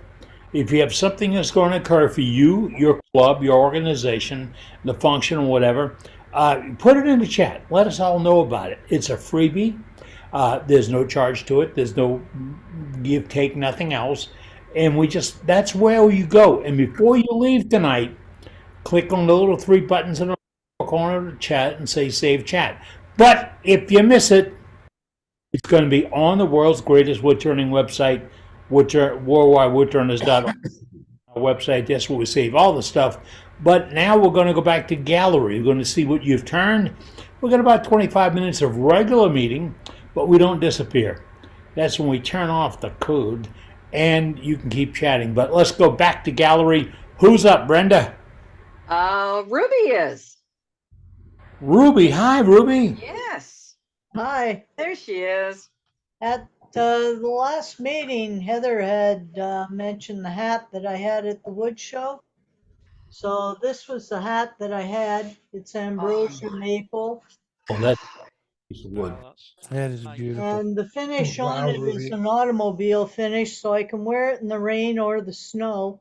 And it's even protected me Oh from my my gosh, incredible. golf partner's errant shots.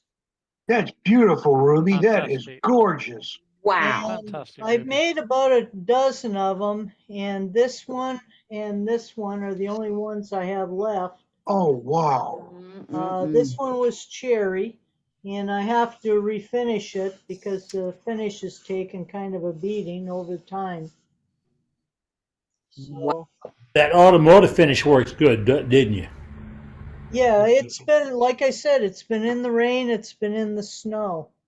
And I only have one other thing I want to show you. I finally found the parts that I needed at the dollar store, so I finished these up and I have to deliver them tomorrow morning. They were a couple of the snow people. Sweet. Too cute. I love them things. Okay. Great, Ruby. The eyes you Yes. create are incredible. That All you have to do is look in a mirror and you can get your expressions. I'm afraid of that. Yeah, That well, suits you, Ruby. I've broken a few mirrors doing that. Is that a selfie? Right. Okay, and that's all I have for tonight. All right. Thanks, Ruby. Great, Ruby. Thank you. I love that hat. Let's go to Leonard Davis. Okay, first, Ruby, those are amazing. So Thank you. you're welcome. So this past week, since last meeting, I'm a home improvement contractor. I framed out 1,100 square foot basement this past week, which generates 120, 150 cutoffs of 2x4s. Mhm. If I split them in half, I get, 250, 300 blocks. And I'm trying to figure out what to do with them. I have no idea, but Practice turning. so I did throw one on, just like a simple little cup, put a little Cute. detail on it. I think I'm gonna try and make some with tea lights, kind of mess around with it. But I generally put them in the dump, I burn them, and if I can figure out a way to turn something out of them, all the better. So that's the only thing, because I've been so busy building. So What kind of wood is that much one? time to- It's just pine. It's just a 2x4. It's just scrap 2x4. That one that you've turned is pine? Yes, this is pine. Wow. That's just a regular 2x4. Wow. Good So- practice stuff, Lynn. Good practice stuff. Yeah. So if I can figure out a way to use a bunch of them, then maybe you'll see some more. Yeah. You If can they're glue big them enough together and pieces, make maybe quick pots. bangle bracelets. Something. I don't know yet. We should resurrect the 2x4 club because there was a ton of great ideas about things you could do with those. I Yeah. turned a bunch of different things with 2x4s. So Yeah. Absolutely. When it's Any, Little snowman. any suggestions, please send them along, because Hey, like I said, I'm just gonna be playing around with it. Glue them up. That's how I made 2 new cars. Well, they're excellent practice pieces because number one, that wood is often more difficult to turn than some exotics that we use. So it takes a lot of practice and it takes extremely good talent, and you have to have sharp tools. So put all those three things together, you can turn anything in the entire world. So we are going to resurrect the 2x4 Club. We have a spot for that on our website of folks projects and showing them to us that are out of construction material. It's a strange term to use because all wood's construction material, but the stuff you pick up at scraps on the sides of the road. at the job sites. And it's a rarity nowadays. People don't throw things away too often. So Leonard, get them together, put them together, make some toys, some good, some nice, and surprise some folks. But stop in here and show us on a gallery what you come up with. Yeah. Segmented bowls. Yeah, you can make whistles, Eddie, you lost your twig Lost you pots. there, Eddie. I'm just gonna be playing around with them. I got, just off of this one job, I got, 250, 280 of them. So I got a lot to Wow. practice Hey, on. Leonard, It's if I toys. may, Leonard. Yes. If you look back on previous videos within the club from last year, Yep. Mark Soleil did a bunch of Christmas ornaments out of 2x4. Okay, he split them in half, and that's what he uses for his practice turning before he gets in and does other things. That's kind of his warm-up exercise, according to his videos and stuff. So that's good resource there for you to look at, and maybe turn some of the ornaments that Mark did. Oh, Use thank you. 2x4. I'll check it out. Work Yeah, I good for go- bottle stoppers too.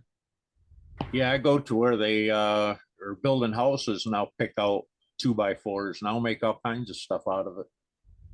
I like free wood no matter where it's from.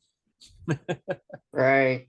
Well, I paid for mine. It's just whatever's left over. So Mhm. yeah. Glue three together and make a lidded box. Absolutely. Yep. Now, would you change the grain? So when you orientate that, so would you change it each direction? Personally, I would, but that's just me. Okay.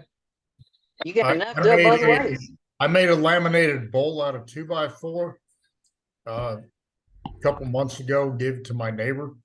It was free wood, and all I did was ran it off a joiner, got the seams together, and then laminated four 2x4s tall, and it was about 8-inch by 8-inch bowl, about 5 inches deep, I guess.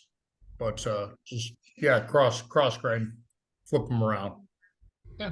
Like I said, I have some that are 10, 12 inches long. So just gonna kind of play around with them, see what I can come up with. Yeah. Yeah. Can't wait to see what you come up with. Got ideas up in the chat, Leonard? It's in the chat. We got some folks putting some ideas up. So remember, there's no scrap wood in this world, just unturned projects. There you go. There you go. Thank you. All right, let's find Terry. Where did he go? Who we hunting up? Terry's iPad. Terry, talk to us. Where did he go? These names just keep moving around. Muted, Terry. Anybody got Terry? No, Looking I'm for him. unmuted. Hello, hello, hello, Go hello. on, Terry. I'm I hear here. him. There he is. Aha. I see me. Oh, am I getting ugly? Getting old. I just playing around and doing a few things, and down at the gallery, they're wanting some Christmas ornaments. So I have quite a few, and I made some more, and I thought of how I could make them so I could display them.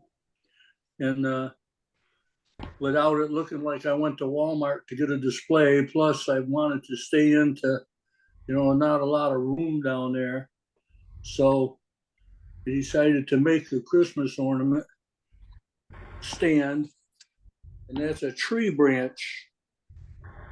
It's probably about 3 feet tall. I'm kind of close to it, but those are the ornaments hanging on it.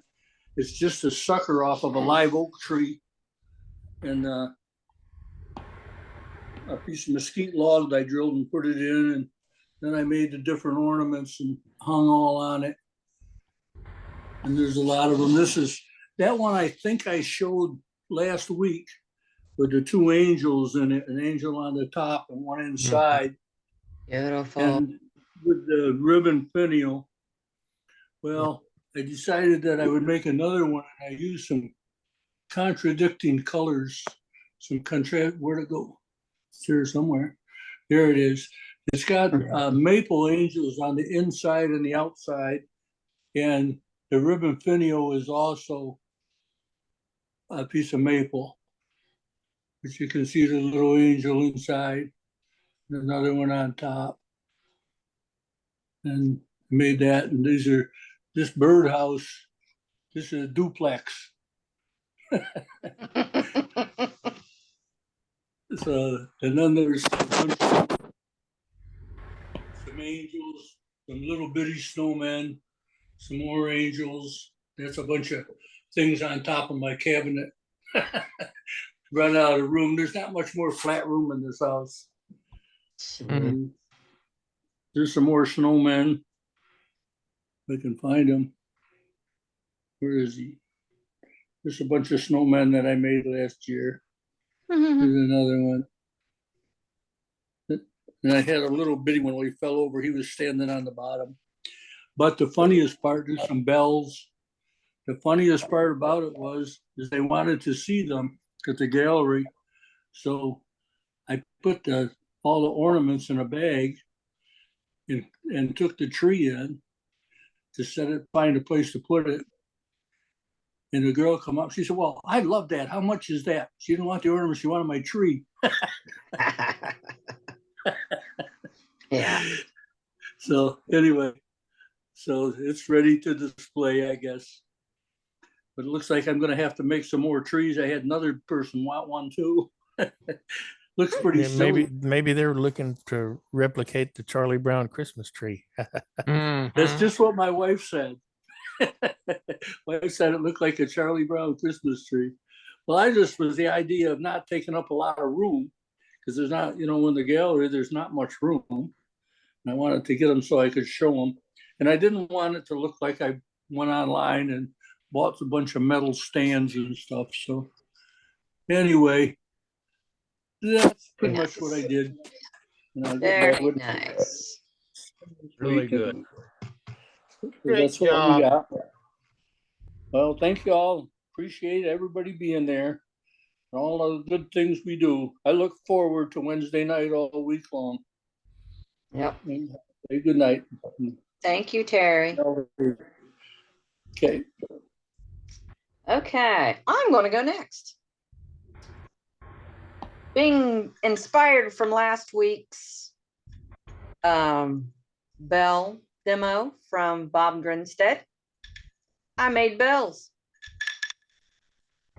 I just saw one you put on Facebook. Nice. Yeah, this was the first one I made. And then I made this one.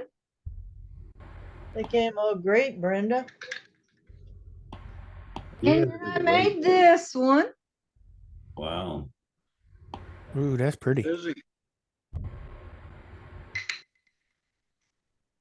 And then today I made this one. That's one. That's beautiful. Very nice. Look good. Look good there. That's my favorite one. You're clanging. Yeah. These were actually, I used, on the first one, I had a little acrylic bead that I made before last year or something. And then these I found left over from the ornament stands that Trace made. And he put a lead weight in the bottom of it. Right. This is the other half of the lead weight that I used in that. Okay. Yeah. Oh. Brenda, you good. can also use like fishing weights. Yeah, that's what it was. It was a fishing weight. Yeah. Yeah. You have a maid? What's that? You have a maid? You just ring that in the. I'm yeah. Yeah. I'm making these for my my brother and his kids. I'm gonna call them I'm sick bells.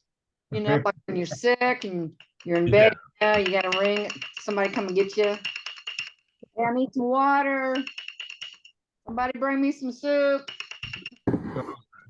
That's what they're all getting for Christmas. So They're beautiful. thanks. Great job. Bob. Good job. Good job. All right, so next up is Bob Grinstead. Hey, Bob. Hey, guys. Yeah. Can you find me yet? Yep. Gotcha. There you go. I've got a couple of new things here. I've got some little lanterns. Cute. Turn this thing on and yeah, see there? How about that? Oh, that's Oh, nice. wow. Lincoln lantern, yeah. And the bottom of it, it just sits in here. You can pull it out if you wanted to. I just have some sandpaper holding it in, so it's not glued in there. Wow. But it turned out pretty good. That is Gorgeous. You can change the bells, you know, the baling or whatever you call this thing, the little loops. This one is a little longer, so you can throw it down over it. But another one I made is round. But I like this one, I think, better than any of them. I like it. Yes. Man, that's gorgeous on the Christmas tree. Oh yeah, they would look real pretty. And I've forgotten where it was, but somebody said you could get the little tea lights that are 6 hours on and 8 hours off. So you could just turn them on and leave them if you wanted to. But, Wow. But anyway, these don't. You just turn them off. But, that's Krylar. You spray them with Krylar. You can't really buff these. These little things are too thin to buff out. You might break them. But that's the Krylar clear. Very nice, Bob. I won't be making those. Oh, they're easy to make, Brenda. They're Oh no. Oh, I saw those all on. broke up. Those are great, Bob. Well, good. When I routed it out, one of them I went too deep with the router. And so when I got ready to drill it, there was no meat back here behind them. You know, there wasn't anything holding the little ribs for the center section. And when I went to route, back in it, when I wanted to drill it out, but when I did, something caught this outside and it just twisted it, and then it was gone. But so don't go if you're gonna route them out. Don't go all the way in. Just go a little ways up to that. It's an inch and a quarter hole on the inside. So just go a little ways in here, not way down in there. And you said drill them out. You drilling them out with a Forstner bit? I routed them. You route these, and then this you drill out with a Forstner bit. Yes. Okay, so you do the route. You do the routing first. Yeah, you do the routing first. Otherwise, there's nothing here to hold anything. There's not enough. These would break off pretty easy if you put any pressure on them. So you do this first. You route it first, and then you come back and you drill this hole, 1.5 inches, and then you drill 1.25 inches all the way back up to the top of it. Gotcha. You do that with index easier than it looks. Yeah, you do it with You do it with indexing or in? Yeah, it's all index. You make an index wheel, and this one has 12 windows around it. Yeah. So you make a little index wheel or use one, I have them, but I did make one because I made a video of it just to show everybody how they can make an index wheel. Most index that you do for any of these projects, you don't have a lot of indexes going around a circle. The only time you really have a bunch is when you start into the segmenting things and stuff like that. But to do routing or to do drilling or anything, most of the time, it's not, maybe 12 is the most I've ever done with this type stuff because it just gets too close together. Mm-hmm. But so anyway, I did show it, how to do that, how to make that little index wheel. And but these are easy to do. It starts out as a 2-inch by 6-inch block, and you round it off and straighten out this end, and then you turn this section, turn that, and then you start routing, and you route them out and index it as you go. Can't do it that way, but anyway, you route it, index it, and route it again. Just don't go too deep, because one of them I did, and even in that video I showed you where I went too deep, and it took all of the material off the bottom of that rib, So there was nothing holding the rib up to the inside piece that's still sitting here in the cone in the middle. So when you go to route it, there's nothing to hold this outside piece. Once you get through this 1.5 inches and you start into the ribs, there's nothing to hold it if these ribs aren't tied to it. So that it was just too easy for the whole thing to just twist and it was gone. Bob, where did you post that video that you did that with? I've got it one for Dane, whenever he gets ready for me to show him, to show it. But that's where it is. So did you make a router sled that fits on your bedways? Is that how you did it? Yeah, I have a router sled that fits on the bedways. Just like this, I have a router sled that holds a drill. That video's on our webpage, isn't it? I have some out there with a router sled, but not this video. It's a different video. But yeah, you make a little sled, you make a little platform for the sled to sit on, the router sled, and the router can slide back and forth on that platform, and the bit is actually to the center of your turning, so he's really in the center of it. So he's sitting here either drilling, and you index it and drill it, index it and drill it. But anyway, I do have a video of it. I just don't know where Dane's going to want me to show it. So. Cool. Very nice. Yeah, Yeah, Bob. Sleep, we're going to find it. You inspired me, Bob. I went and bought tea lights today. All right. Yeah. Amazing, Bob. Little tea lights are fun. You make all different kind of things and set those tea lights in. Cool. Well, thanks, Bob. Okay, thanks. All right, let's go to Doug Rowe. Uh-oh. Hey, what's happening, everyone? What you got, Doug? I'm not out in the shop. I'm sitting on the couch watching Christmas movies. But you said you had something to show. I do. There's my clock. I finally finished it. Yes. Pretty. Gorgeous. Are you going to light it up behind? If I hold it, let me see if I can do this without. A little heavy, is it? Yeah, it's about 10 pounds. Yeah, so you can put a little light behind it. There you go. If I put light behind it, it definitely changes the color. Yeah. Yeah. So it's not for me. Somebody asked me to make him one, and I said, sure, I can probably do that, even though I've never made one before. It was lessons learned. I'm losing about $100 on it. Yeah, I bet. It's nice.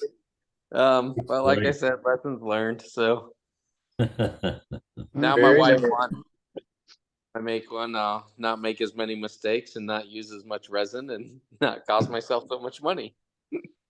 But the wood is cypress, and then it's Dr. Crafty resin with just the blue mica powder. Pretty beautiful. Looks good. Thanks.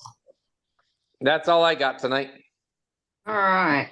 Doug Miller has a question. Yeah. So let's go back to Doug. Actually two of the planks, one that I've already cut up, one I'm getting ready to cut up. This is the end piece, and it was not marked. It's dark. It's very heavy, very dense. But that's about as good. Maybe that side you can see even better. I don't know. And if anybody's got a clue on what that might be, like I said, it's super dense, real heavy. Any ideas? It's like granadillo to me. Can you show us the side show us the end? The other end.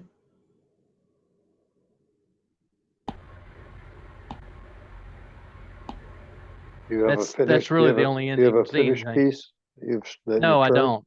I don't. Can I wish we get I a did. close up of that end grain there? Can you move that in? No, we need more light on it. I mean, it's that anybody- dark. Anybody think desert? I'm tending to think that it might be some lignum. Yeah, it Is might it be fairly Guycala heavy? algus too. Doesn't lignum usually have a lot of green in it? I know that's coming up green, but that's because my fleece here is green. I think there's no green in this wood. My lignum is Usually, green, lignum but usually has a little Hey. bit of tan to it too. Yeah. Hey Doug, It might have be you s- thought about desert ironwood? Possibly. I mean, it Possibly. really looks, the striations, the in the wood actually look like, Yeah. and it's There's- heavy and dense and Yeah. tough on the tools. Yeah, That's color in the grain. That's Yeah. not any kind of pull out or anything like that. Yeah. One of my Where'd it blanks come from? I have no idea. It's been sitting in my pile for several years. There's the edge off one of the round blanks that I cut. Just make up a name. Several of us think it might be Ipe in the comments. In the yeah, that's chat. what I was fixing Well, I to think it say. is too. Isn't Ipe usually pretty red? No, it's No. brown like that. Yeah. No, it looks like that, but it cracks awful bad. Everything I've got some, but it's cracked everywhere. And it's very hard. It might be bad. When you're Now, looking at does the have- end grain, Doug, can you see the pores of the end grain? No. No. If it was Ipe, you would see them. Yeah. This I'm does telling you, have it looks like that's a granadillo bug to trail me. there. Could be mesquite. No. No. There's real well. Kind of looks like monkey pod. You ever seen monkey pod? I've Yeah. had monkey pod. It's not nearly this dark. Oh, I've got some that dark. Do you? Granadillo. But Granadillo might be right, or desert Yeah. ironwood. I mean, this is. yeah, I mean, and I've turned monkey pod, Doug, a few times, and it's just not near as dense and heavy as desert ironwood. right. So, Well, y'all have got me in a good direction anyway. Thank you. Oh, there you go. There's a Would sound. ironwood come that big? Would you get a piece of ironwood as lumber like that? Does it grow that big? It does. If I were at home, I'm currently in Arizona, unfortunately, but if I were at home, I have a few pieces of desert ironwood and I've turned it before, and I have some that's like 6 by 6 by 12, and then some that's thinner and, 8 by 6 or something, yeah, it comes in different sizes Yeah. depending on the tree and who cuts it and how they cut it. This plank is 8.5 inches wide, and Yeah. it does not look like I'm anywhere near the outer edges of the tree. Well, that's the outer edge there, I think. But this Yeah. side, who knows how much more there was there. It's hard to tell. Have you had a look on the database, Doug? I have not yet. I just cut this yesterday, and I have not. Uh-huh. I was hoping somebody could take a look at that and say, hey, that's whatever. Now, I wish I didn't have this green fleece on, because it's putting a green tint on that picture. But it's I not have a- green at all. It's brown as it can be. And it's dark. Like I said, I it's have a dense and piece heavy. of Ippy right here that I've turned. Can somebody highlight me? Roger Willem. Who am I talking to? Roger Willem. Roger. Gotcha. Gotcha. You got him?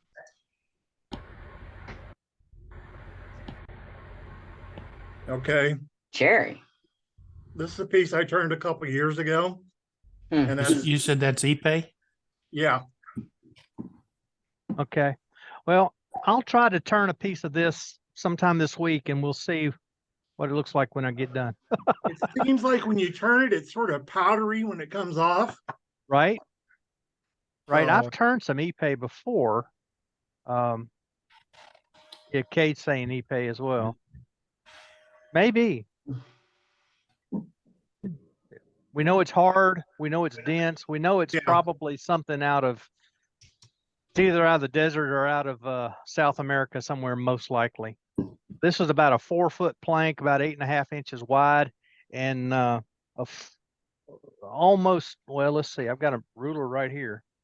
1.25 inches thick. You know, so, okay, thank you. That helps. Gets me in the right direction anyway. All righty. Let's go to. Hey, buddy. Where you been? Nice. I was going to pass tonight, but I'll go ahead and show you a couple things I just did. Sure. Packing it up to get dinner ready. I took a class with Jack Vestry, so that's what this is coming from. Here's one piece I did here. These are all eggs, and it's Good stuff, huh? it's burned, and then and with the gradation from one side to the other with the color. Wow. Then following up, here's a different piece.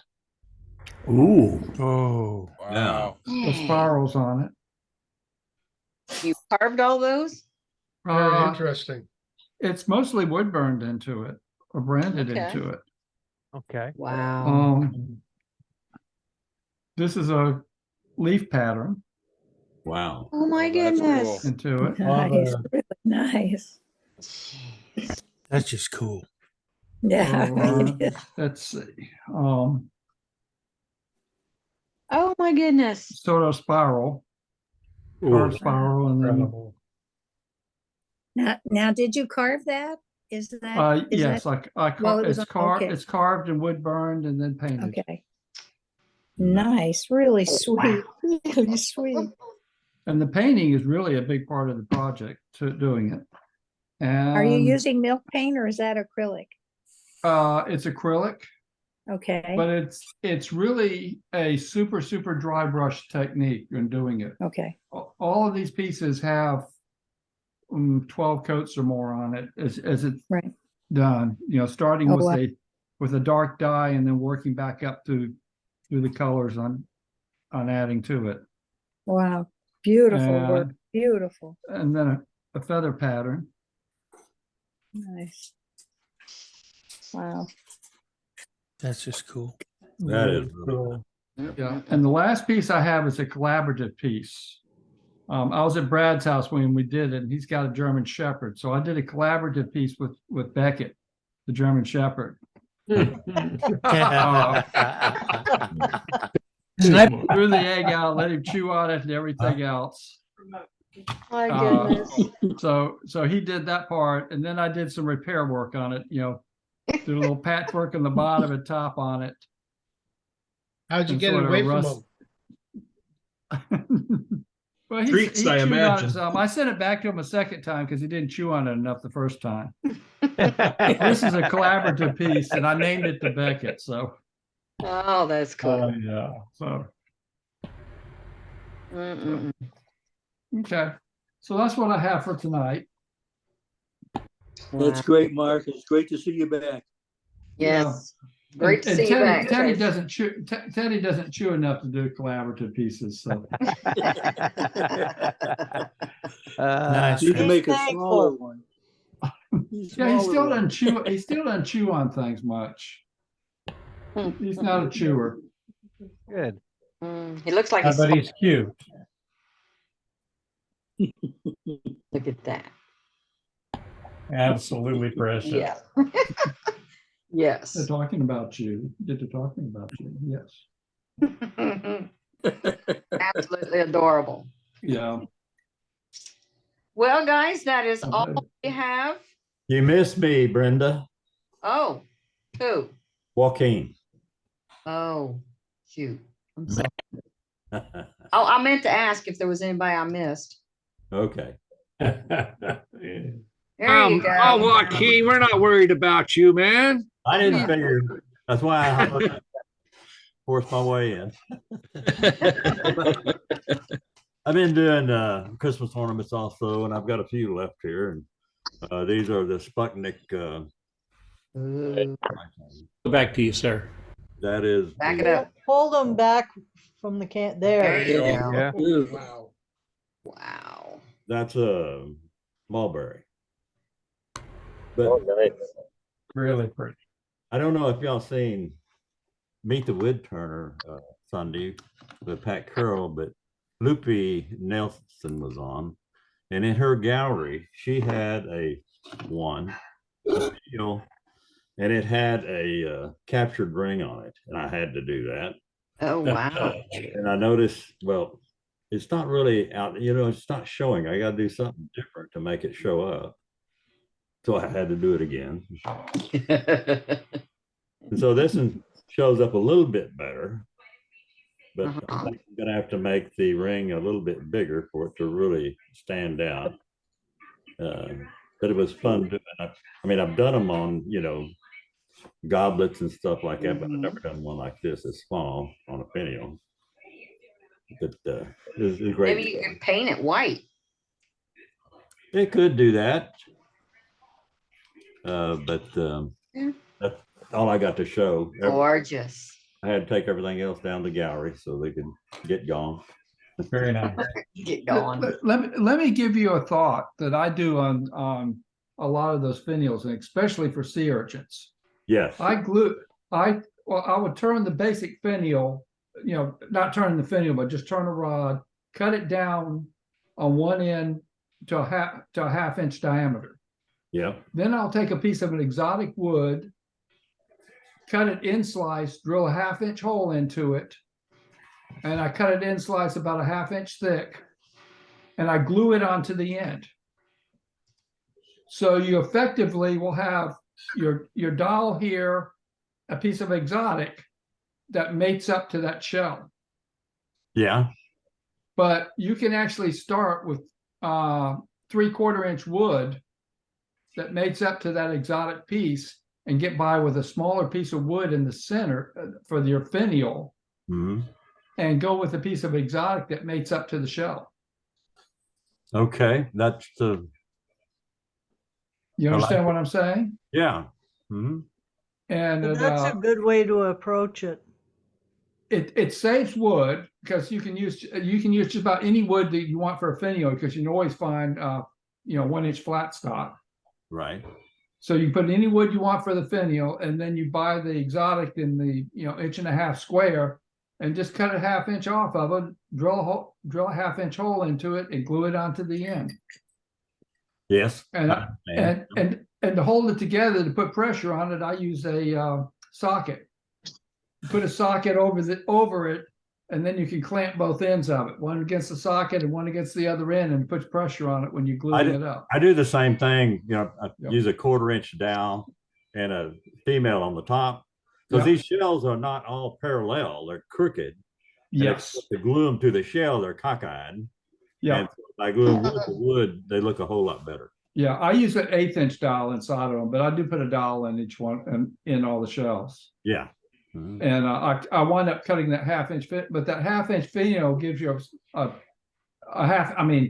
tenon gives you something to grab it on to turn the rest of it too. So, well, what if I might, put some exotic on there and cut the captured ring out of the exotic, and leave the original wood behind it, huh? Yeah. But then you have to have at least 3 pieces in there when you capture it, isn't it? Cool, but it gives you a good transition of putting a color transition to the shell and everything. I like the idea.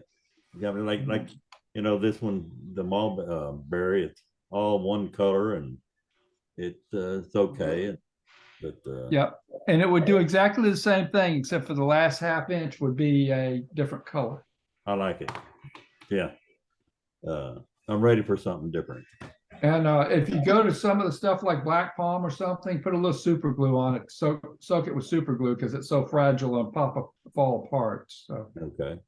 But black palm and red palm really look good on it. Yeah, I've done some pins out of that. It's challenging. Yeah. But you can use the black palm and then soak it with super glue, and that'll stiffen it up some. All right. Thank you. I appreciate it. Okay. All righty then. Thank you, Brenda. It looks like it's time to call it a night there, Brenda, or it's getting late. Did I miss anybody else? All right. All right, Captain, you got any final words? Yeah. I'd rather not use the term final words. Sorry, I meant any closing remarks. There we go. We had a really interesting evening. Thank you so much, Scott. I gave him a hard time tonight about his demonstration, but that was very good and it was exceptionally nice. And remember, this holiday season, folks, you have to turn stuff. If you're a gallery sales, that works very nice. If you do other types of programs that people buy, they're very nice. But remember the family and friends when you're turning this year. Little ornaments, little trinkets, little things. If you go to dinner someplace, leave something behind that's very special. It comes from you. Remember, when it comes from you, there's none other in the entire world. None other in the entire world if it comes from you. So when you get out in the shop this week, make a little something special. And one program this club supports is Freedom Pens. A little while ago, we joked about Sergeant, well, we call him just Doug Rowe. Sergeant Doug Rowe was one of the founders of this organization. One of the guys I wrote and said, "You think this will work?" And back and said, "You're damn right." And he used that kind of. But that Doug was with the military. He retired. I said he put him out, but he retired. Collects Freedom Pens, and these are the pens we send our troops to thank them for protecting our freedom. War in the world, someone's protecting your freedom. So please, if you can, check our website, go to Freedom Pens, and send a pen in. And this is the time of year to do it because there are something special. I give them a little thank you for. On behalf of everybody associated with this program, there are over 100 of us together tonight. Number 214, the world's greatest website, worldwidewoodturners.org. I'm Captain Eddie Cass. I'm just a moderator. You are the woodturner. You be careful, be safe, and I'll see you back again next week on the tailgate. Good night, everybody. Hi, Eddie. Good night, Eddie. Good night, Eddie. Good night. Donald, you got something to say? Very nice evening. Very nice evening. Good chat. Very enjoyable. Very enjoyable.